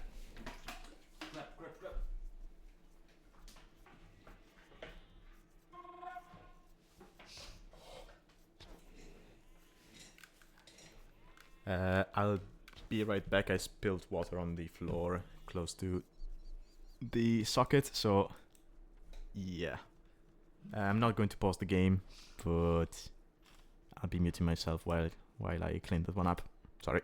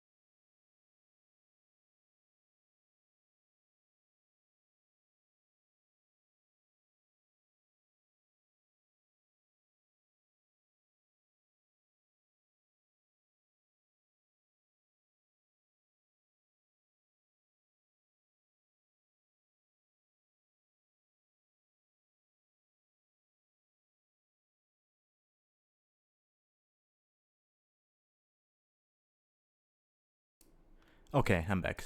Sorry about that. I have this bad habit of keeping my water bottle close to my feet. What did I miss? Okay, so this time it's Shixo going for a militia rush. He's still in Dark Age. But yeah, RaiD, he just walled up, lost nothing. And now he's got archers. Okay, I like how he's just going to ignore this militia.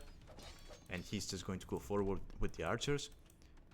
So yeah, the militia are not going to delay him too much. And he might find some damage here. Do we have Loom? Yeah, we do have Loom. Okay.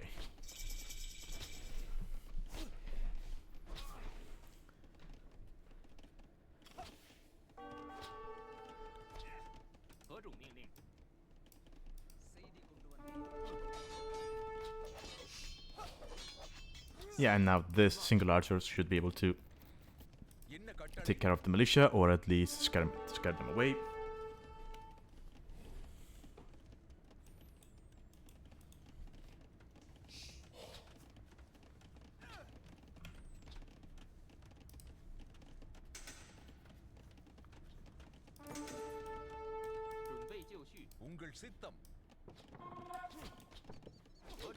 Archers going to find a kill? No? No, because there's no flashing in yet. So at most they're going to be annoying. And now we have skirmishers. Well, skirmisher. No. Okay, we have two. From Shixo. Shixo, of course, being obedience. He's going to have faster attack in skirmishers. And he also got that nice plus 200 wood as soon as he got to feudal. RaiD is not even going to consider investing into fletching, and he's just going to go into scouts to counter the skirmish play. Ooh, double kill from the TC.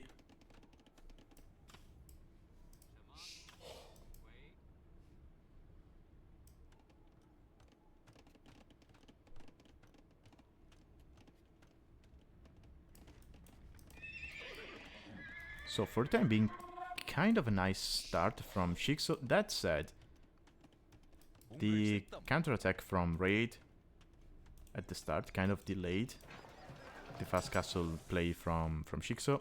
Just now getting the market and the blacksmith. Of course, he had to get the archer range to defend from the archers. RaiD made a single scout.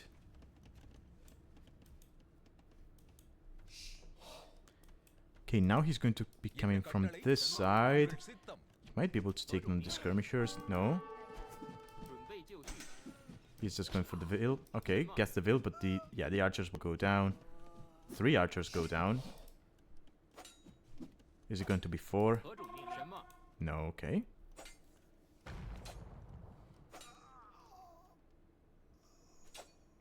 Okay, Shixo dropping a tower on the gold. That makes sense. Did he need to, though? I guess he could have just walled like this instead. It's kind of a panic tower there. Behind this, RaiD, 9 farms. No eco upgrades, but he's up to castle. Shixo, he's got more farms, he's got eco upgrades.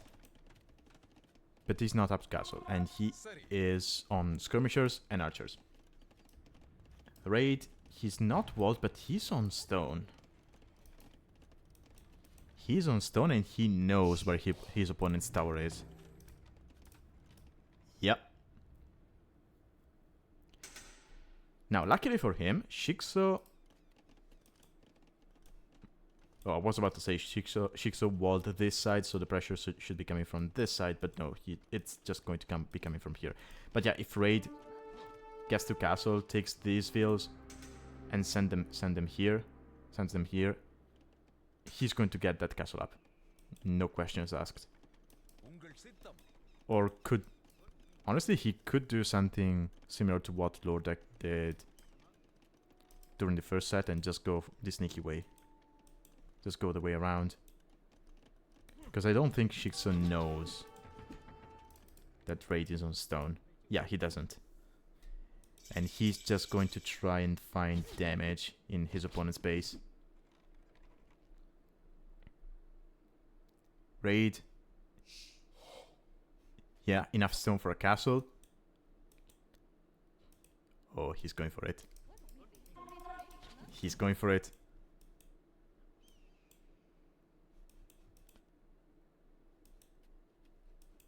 Okay, if Shixo goes all the way around and sees this, and sees the mining camp, and sees how much stone is missing from the piles, he might understand that there's something. Oh, wait, is he going for... No, no, no, no, no, no, RaiD, no, no, no, no, no.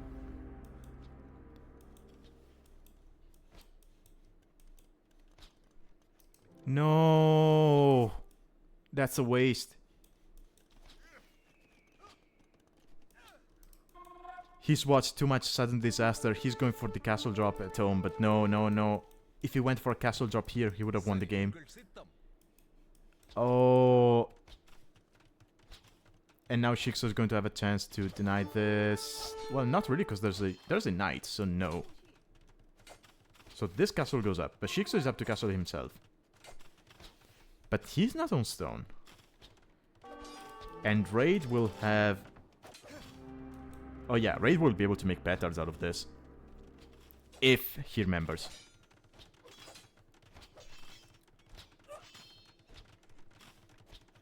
So, I don't think... No way he denies this, right? No, there's more skirmishers than archers here. The castle doesn't get denied. Villagers were kind of weak from earlier, but yeah, castle goes up. I think RaiD only lost a vill over here. Overall. He's got... Ooh, he's got some nice stone over there. Okay, opts for the... Honestly? Rush the tower with the vills and take the gold.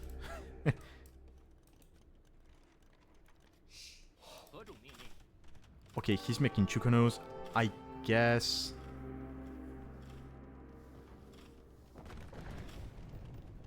that's for control. Yeah, I guess that's just in order to have some military presence on the map. I mean, yeah, honestly, he doesn't really need to go into petards. You got the position with the Chukonos, you got your opponent of gold. He could just drop a siege workshop over here. You got this nice hill to come down from. He could just go rocket cards and take down the TC with those. Rocket cards are insane, by the way, against buildings. Until you get masonry and architecture, because they ignore armor. So yeah, they actually deal better with buildings than mangonels do. Again, until architecture and masonry come in.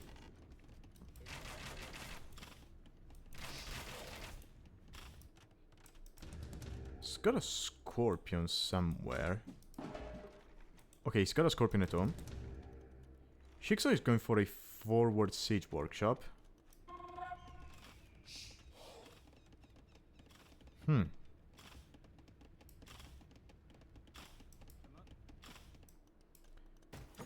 RaiD is no longer taking stone, but honestly, if he was on this stone or this stone, he could probably follow this castle drop up with another one. Ooh, Chukonos will struggle against mangonels. Those are very weak Chukonos. Oof! Yikes. Yeah, Chukonos are a very strong unit, but they have very little range, so they just die to mangonels. And later on, onagers. Siege Workshop might get denied. No. That's fine, just wall it. Just don't wall it. RaiD? Wallet, wallet, wallet, wallet, wallet, wallet, wallet, wallet, wallet. No! I guess you can just... yeah, well, just patrol it with the knight, I guess. We now have a ram at home. Probably to take down the siege workshop.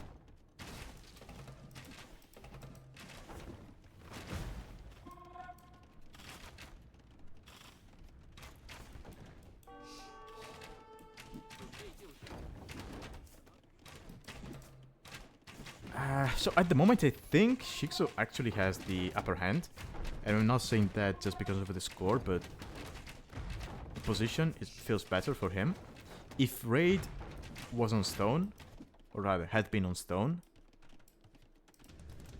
Okay, yeah, this is going to be nice. But yeah, Shixo is going to have this nice hill himself. And he's got army at home to defend with.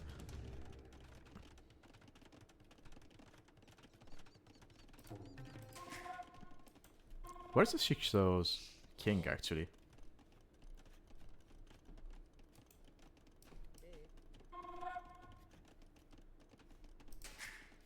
Is it in here? Oh, yeah. Okay, yeah. It is. Yeah, this game is nice, but I kind of feel like... RaiD... So it feels weird, because it felt like RaiD had the better idea, both in game 1 and game 2, to play this with its... Okay, to play the game condition instead of playing the, you know, AOE 2, or rather standard AOE 2. This was a sick save by RaiD, by the way. Actually, let me go back and watch that again, because I was talking about something else. I feel like I didn't give it as much praise as I should have. So yeah, there's 3 siege elephants. Granted, one goes down to Shixo's mangonels. RaiD gets the rocket card out at the right time, takes down the siege elephant, and the TC stays up. Okay, yeah, this was a great save. But yeah, I feel like overall RaiD had a... How can I say this? Yeah, overall he had a better build, a better idea about the map.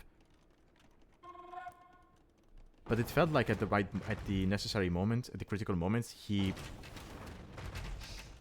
just kind of forgot about the settings, right? Like here, he took his vills, he went all the way around here, and instead of dropping the castle on the tower, he went all the way around here to drop it on the TC. Or rather, far away from the TC. And, I mean, if he just drops the castle here, he wins the game. Granted, now he's, again, in a good position. This TC is safe. He just needs to be careful with the micro. Rocket cards. I believe they're better than mangonels, but not when they get hit by uphill. From uphill. He's killing everything here. Okay, TC. Splits. One rocket card goes down, but he's still got 2.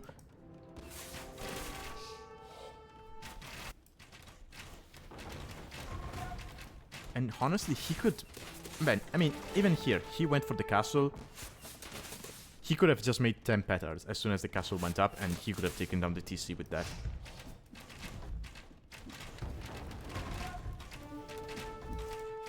So I feel like, overall, RaiD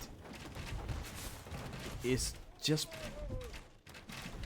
kind of playing better, but not playing the objective, right? Not playing the settings.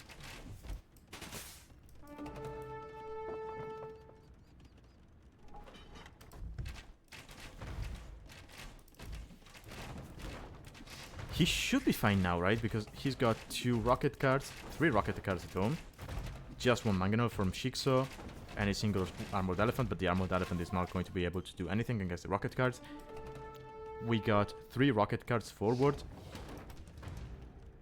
He needs to be careful about 2 mangonels from Shixo. That one will go down. Oh. RaiD is on stone. RaiD is on stone.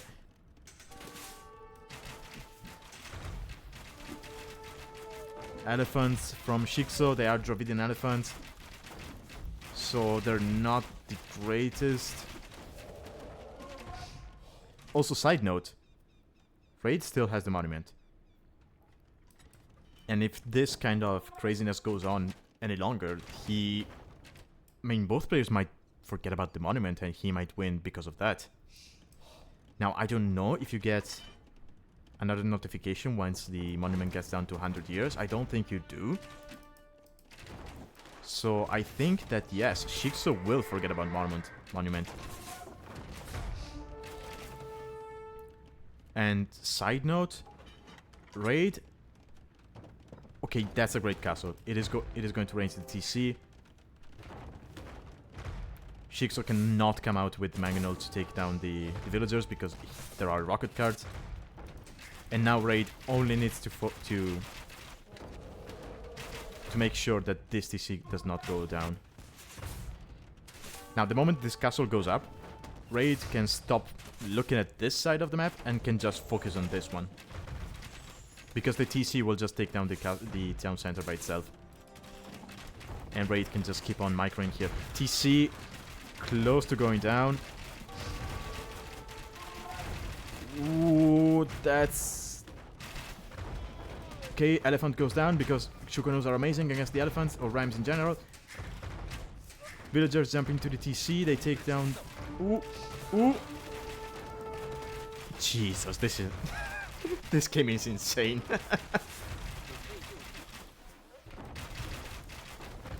Repair.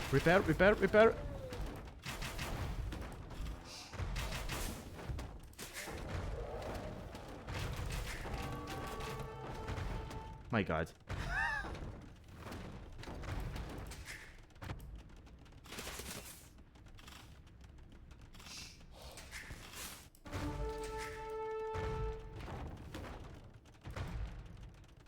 Okay, Shixo has way more wood in the bank.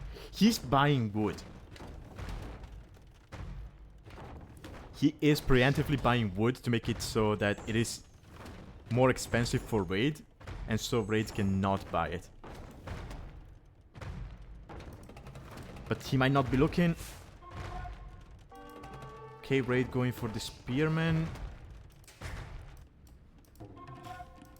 RaiD needs petards. Just make petards. That's all you need, realistically.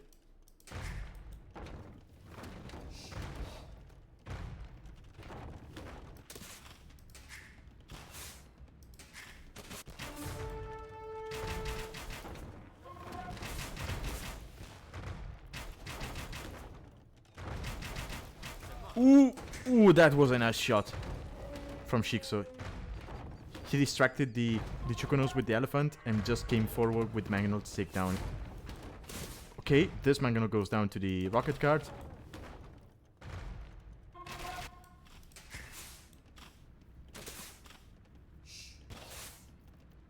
And RaiD needs more rocket cards here.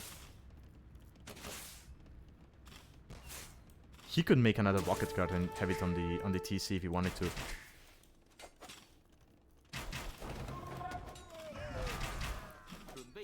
Ooh, that rocket card goes down.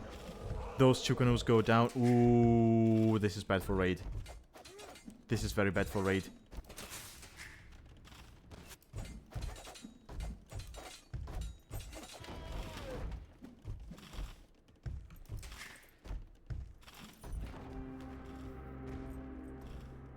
Yeah, RaiD's TC. If that rocket card is over here, then he should be fine.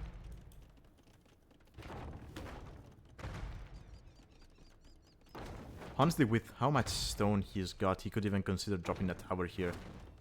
Does he have a university? I don't think he does. Oh, and Shixo took control of the monument again.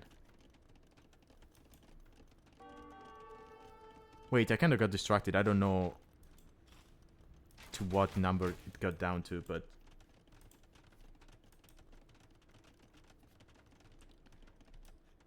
Okay, things have kind of calmed down at RaiD's base. Shixo, on the other hand, he's still under pressure. And the thing is, RaiD can kind of defend with rocket cards against Shixo's mangonels here. Shixo, he's not really going to be able to do that with his own mangonels, because in order for his mangonels to hit the rocket cards, he would have to get into the range of the castle. Yeah, especially if RaiD sits over there, right? If RaiD sits over here with the rocket cards, mangonels would have to come into range of the castle. And that would, I mean, that would just mean that they get shot down by the castle.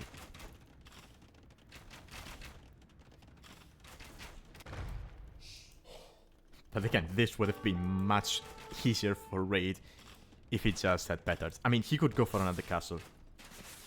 Just do it. Just make another castle over here. Oh, defensive castle, okay. Could have been a couple of tiles forward. If it was 2 more tiles forward, then it helps against the mangonel. But here, it basically has the same range as the TC, so it doesn't really make that much of a difference.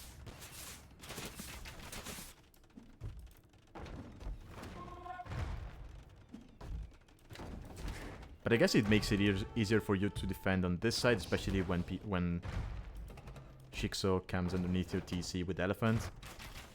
And that means you can invest into more rocket cards over here.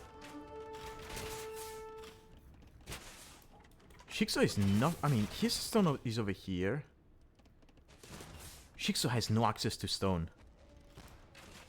But... oh god, Shixo is going to win due to the monument. Yeah. Yeah. RaiD forgot about the monument.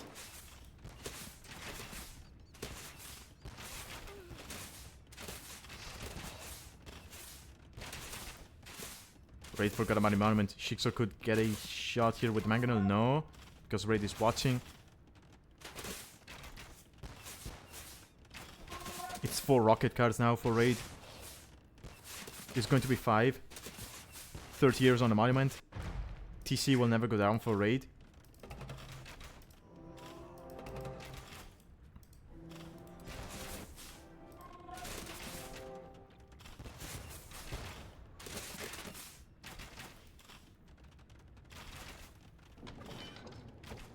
Oh yeah, Shixo is going to win due to the monument.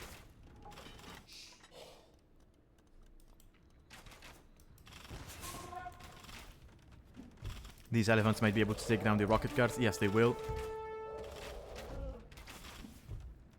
That buys Shixo time. Oh, no, no, no. They didn't take down the rocket cards, but...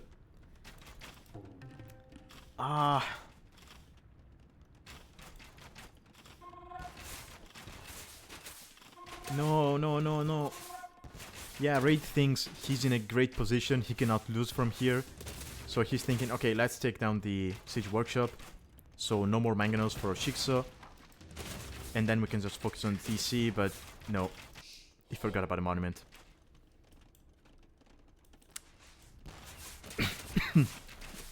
Forgot about the monument. And yeah.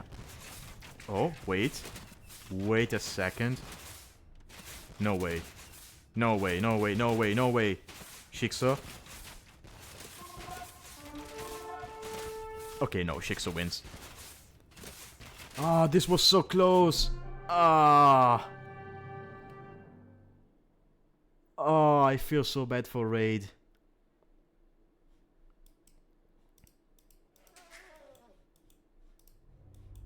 Oh, jeez.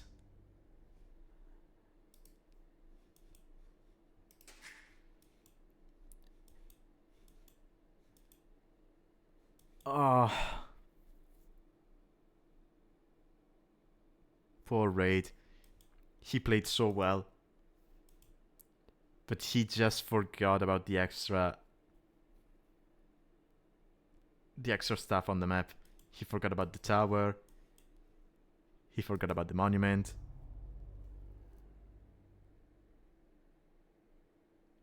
Oh, jeez. Oh, wait, Shixo was streaming this one? Okay, I have to go back and I have to go and watch that. I would be so happy if I was in his place.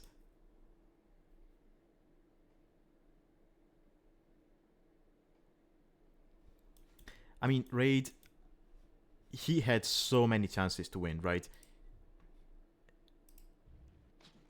Like, this castle made no sense. Here, if he just went for this tower, he would have won there and then. And he knew where the tower was, because he had scouted it. He just forgot about it. Shixo had nothing to deny a castle going up here. And even after all of that, once he got two... Actually, wait.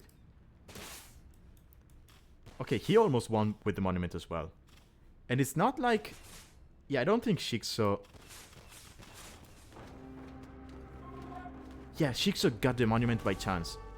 Because he went for the gold. And throughout all of this,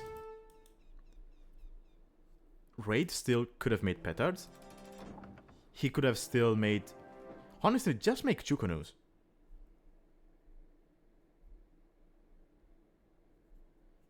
Right, because Chukonus, you add so many arrows to the castle.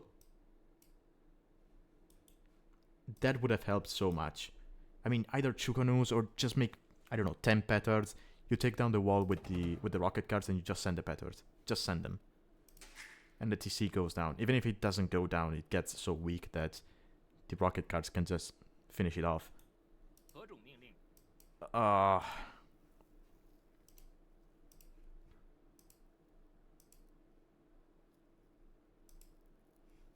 Yeah, that's heartbreaking, honestly. I have no other words to describe it. And again, as I said earlier, it felt like RaiD had the better builds, had the better play, but he just forgot about the nature of the map. Or rather, about the settings of the season. Hopefully, well, this set taught him something, so he's going to remember in next sets, and he's going to deliver. Because I think if he plays other sets the way he played here, while keeping in mind the map conditions, I think he can win a lot of games. He can do very well in the league. So hopefully he'll remember that going forward.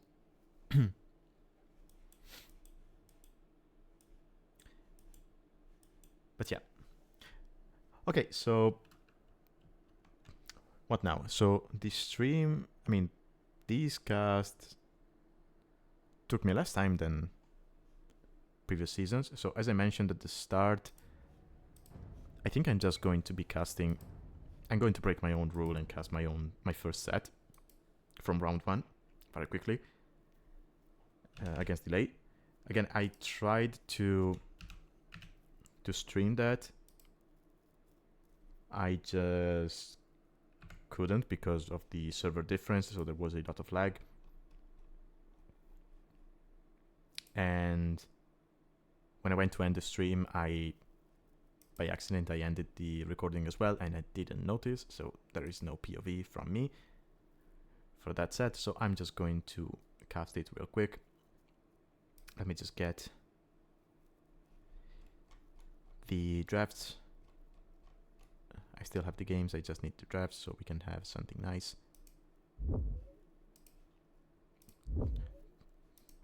to look at.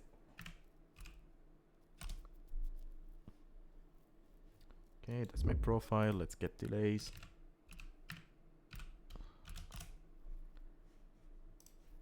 Alrighty.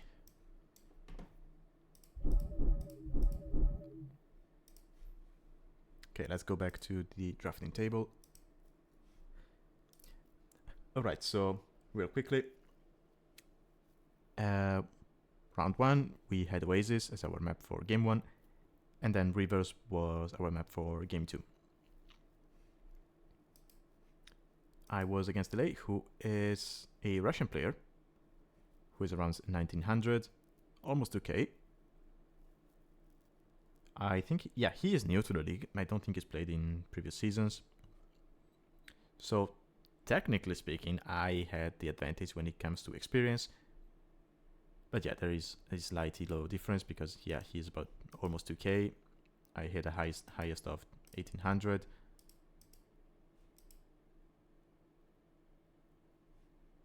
And I'm currently at 17 something. But yeah. Civ-wise, we got this nice 5 bands: Franks, Romans, Portuguese, Burmese, and Ethiopians. He banned Dravidians and Saracens, and sniped my Georgian pick. I banned Bengalis and Koreans, mostly because I was afraid of some kind of phosphor play. Again, it was my first time playing these maps with this setting, so overall I'm treating Sprint 1 as a big testing ground. I don't expect to have great results. I just want to take a look at what works for me and what not. And those kind of plays were the ones I was most afraid of. I sniped Mongols because, well, there's no way I'm letting people have Mongols. He was left with Armenians, Malay, and Hindustanis. Whereas I got Persians, Byzantines, and Goths. Now, as I was saying earlier, Persians and Byzantines are just amazing on this sets, in my opinion. On these settings, in my opinion, because of the higher HP on stuff. But yeah, we'll see how that played out. So let's load game 1.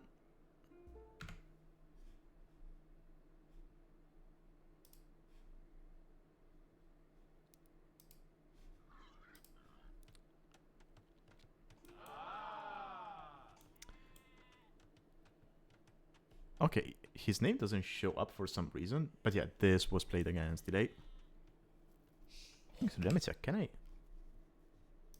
just change that? Yeah. Delay. Alright. So we went Goths and Hindustanis. Hindustanis, as we saw in the previous set, as I mentioned in the previous set, they can be an amazing pick for this kind of settings, just because of the team bonus. Also, by the way, many people do not know that, but this light horseman does not only refer to light cav. It also includes step lancers. Now, I do not know if it includes the Shrivansha rider from the Gurjaras. Actually, let me check real quick.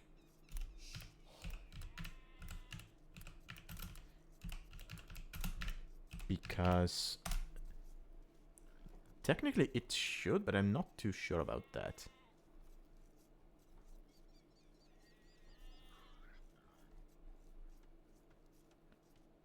Yep, it does. Okay, yeah. So yeah, that applies to Step Lancers and Shrivansha Rider. I don't know who needed to know that, but do keep that one in mind in future games.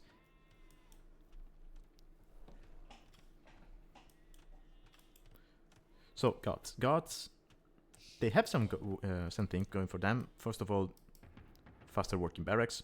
So if you want to go for some kind of infantry play, they're great for that. Faster working barracks, cheaper infantry. They get more attack against buildings on their infantry throughout the ages, but they have no access to arson. So they're actually worse than other civs in, or rather, they're worse than civs with arson in feudal age, they're on the same level in Castle Age, and then they just straight up better in Imperial. Which I guess as a bonus is going to eventually be changed. Because it used to be that they just had more attack than others. And Arson used to be available only from Castle Age onward, whereas now it has been moved to Feudal Age.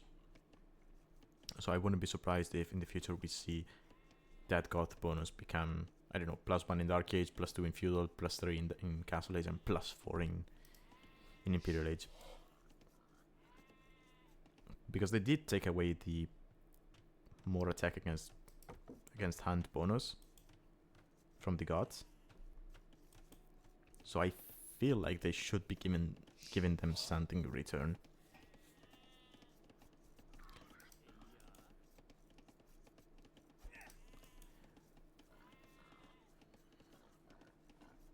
But yeah, for the time being, nothing too crazy. He had 2 more wood. So this, yeah, this tells us that he's going to go first feudal. Yeah, there we go. So he's going for some kind of feudal play. Oh, one thing I forgot to mention in the previous set: on Oasis you have tons of sheep. You can see some of them close to your tower. I think you have 3 close to your tower. Then yeah, you have another. And yeah, you have extra sheep in groups of 3.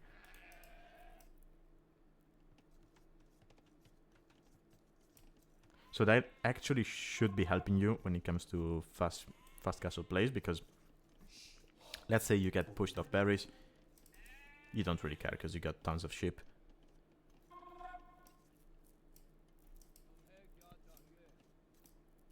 And it's easy to get them, right? Because you got the king, you just go around and you do your thing. Now, as you might have noticed, I had 5 militia. I made 5 militia. My build, I'll be honest, I started out thinking, oh, I'm going fast castle, and then I figured, well, no, screw that, I'm going for long Dark Age into lots of infantry play.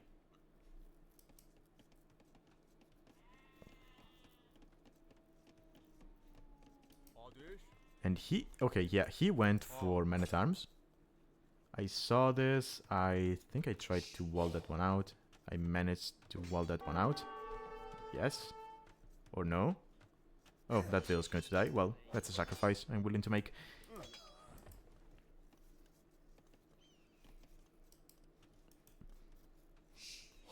And I was just walking around with my 5 militia. I walked underneath the TC. He didn't notice. And I'm just now up to Castle Age, to Feudal Age, sorry.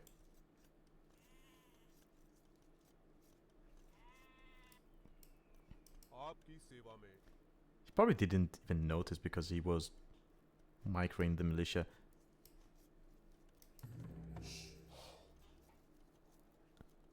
Okay, he's going for archers. Okay, he's going for a 4-wolf with the villagers. He finds... Okay, I didn't know about this. He found 4 wolves. Okay. That's a lot. But we do have the archer supporting, so... that should be alright. Militia here, lurking. Waiting for feudal to get that man-at-arm upgrade.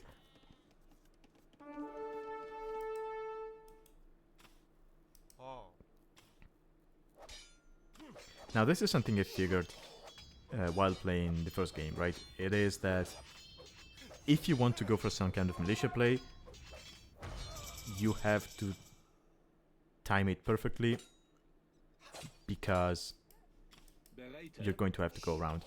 And here, yeah, militia attacking the walls, men-at-arm coming in, should be able to get in.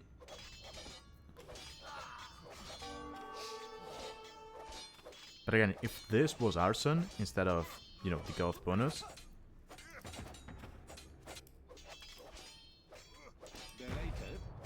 Okay, I made the mistake that I pointed out in previous games, so I used the petard on the wall.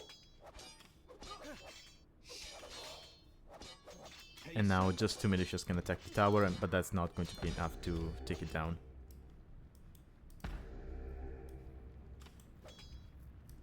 Now my man-at-arms here kind of managed to fend off the villagers. And here I'm still attacking the tower with 3 militia, but now he can make militia himself. So that's another reason why I say that using the petard on the tower is actually better.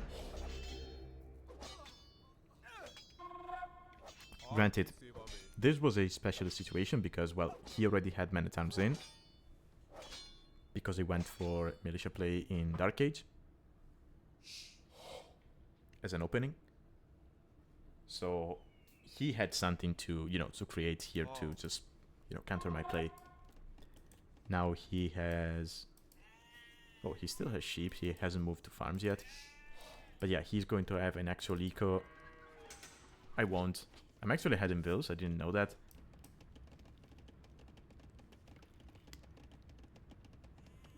But yeah, I sent vills over to counter the forward with vills.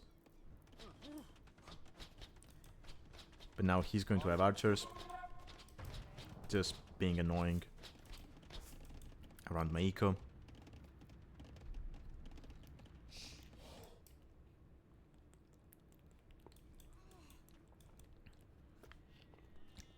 And yeah, watching this one back, probably I could have probably gotten in and done more damage if I had just sent my vills as well. And, well, walking this way with the militia was not the play. Granted, I went that way because I knew he had militia in my base, so I didn't want to show them. Well, that said, I just walked underneath his TC, which was stupid, but yeah.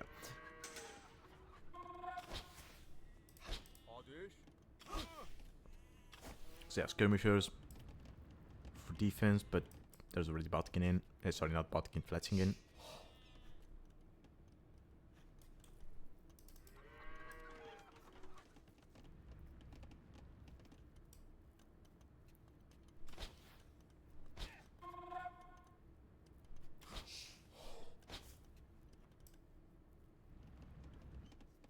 And things have kind of calmed down for the time being, right?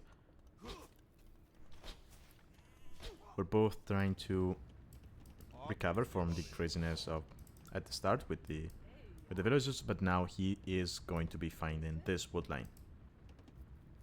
Yep.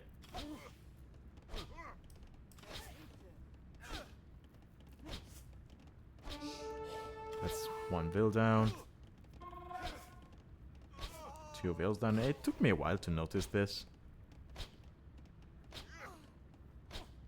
Yeah, 3 vills down, might be 4 and 5.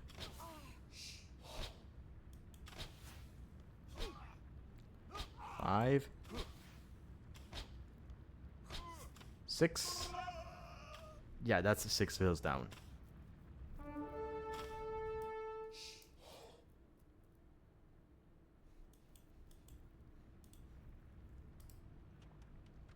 So, yeah. I mean, granted, I still had farms at home, but I had some gold axes, but I had no wood axes at this point. Because of this. I don't know why I was still making militia. Actually, where's my other militia? I have like 2 here. Oh, that's where I had them. Okay.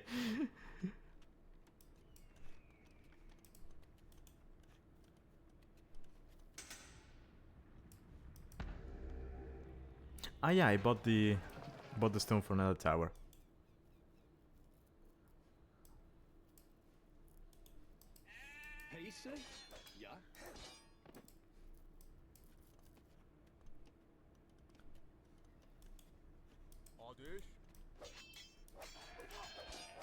Okay, yeah, this is why I do not like casting my own games, because I already know what happened, so I have really nothing to say. Also, this game was a kind of a huge brain fart, to be honest. all of my decisions were all over the place. I'm now going to be walking again through his base with my militia because I do not want them to be sniped by the archers.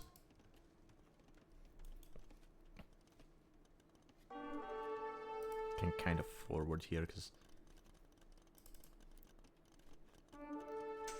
yeah, he's going to send the militia. He's going to run because he's thinking, oh, he wants to attack my vills. No. I'm not interested in vills. I'm going straight for the tower.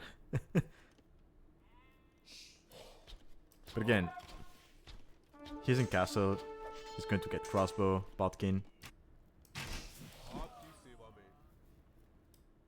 Kills everything here.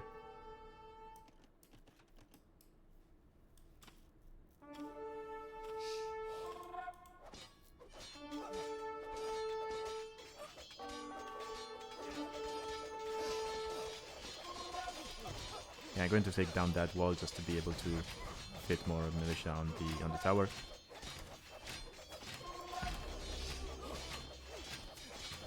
And I mean, overall the tower is getting some damage, but yeah, militia will just die, and I called this easy at that point because it was over. It had been over for a while, but I mean, you got the tower as a win condition. I just figured, well, let's try that one.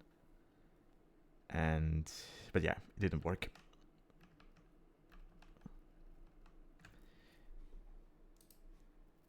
But again, as I mentioned, this is just testing ground. And I figured, well, that kind of all-in play does not work. Although it could have worked if I had used my petard correctly at the start, or if I had sent more vills. But yeah. So, game 2.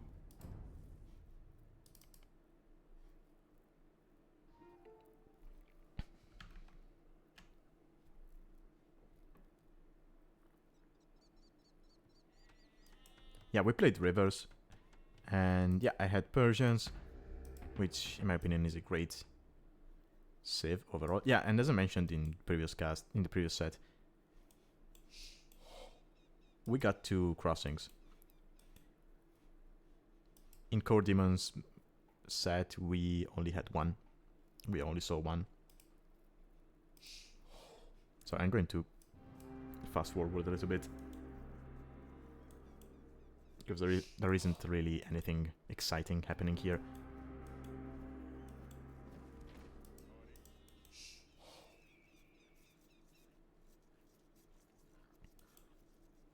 But yeah, Persians.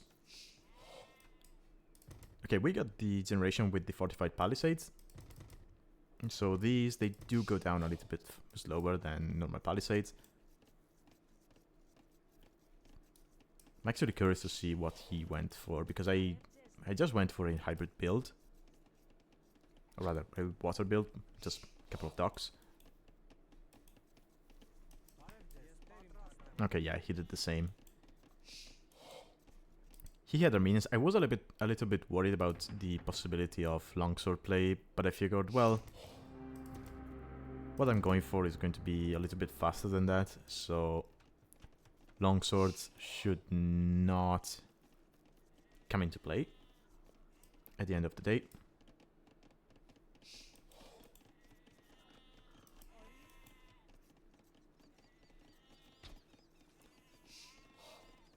But yeah, kind of standard play for the time being. Dock. We both have it. Mine is going to be working faster. Second pour in.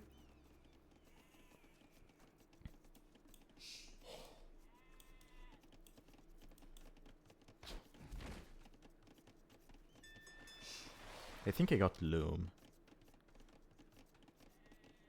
Yeah, I did get Loom, okay.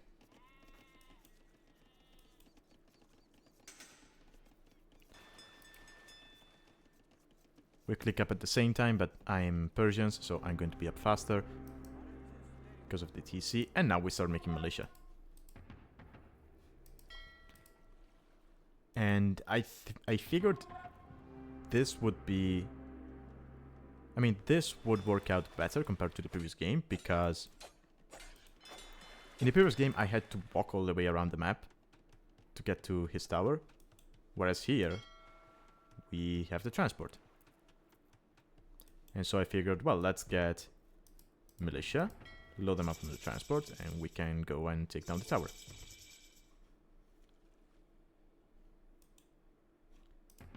I got 4, yes.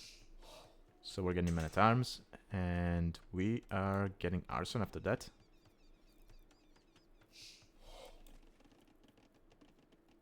I think I got arson. Oh, no, that was one thing I was thinking about. So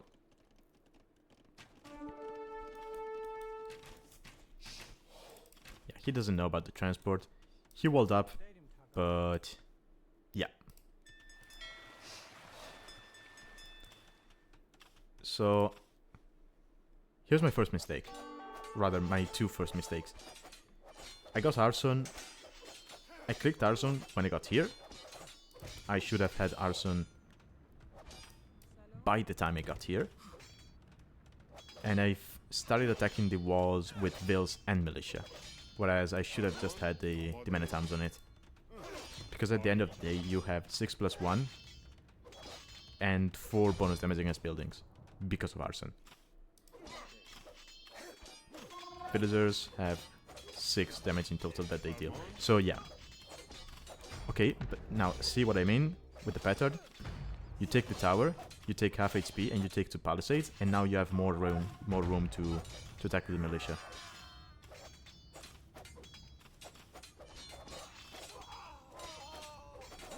And I think, I mean, the tower is going to go down to very little HP. Look at this.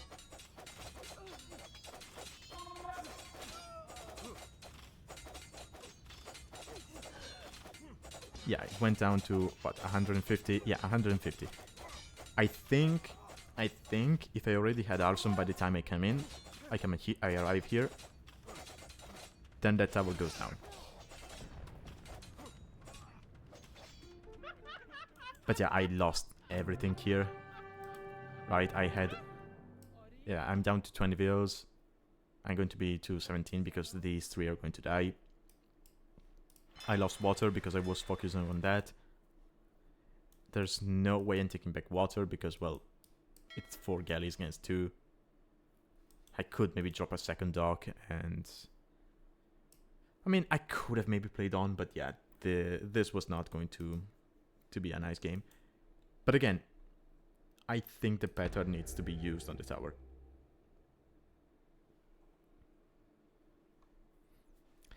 So that's my TED talk, I guess. I don't know.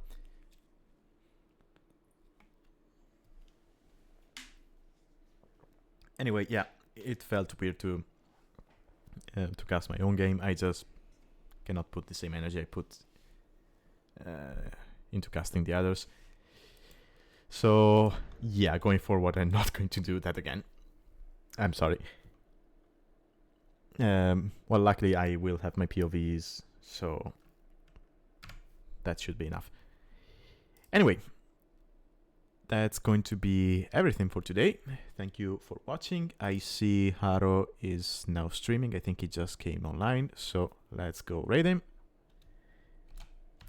I hope you enjoyed this. Quick reminder that... Oh, actually, I should have said this at the start. Quick reminder that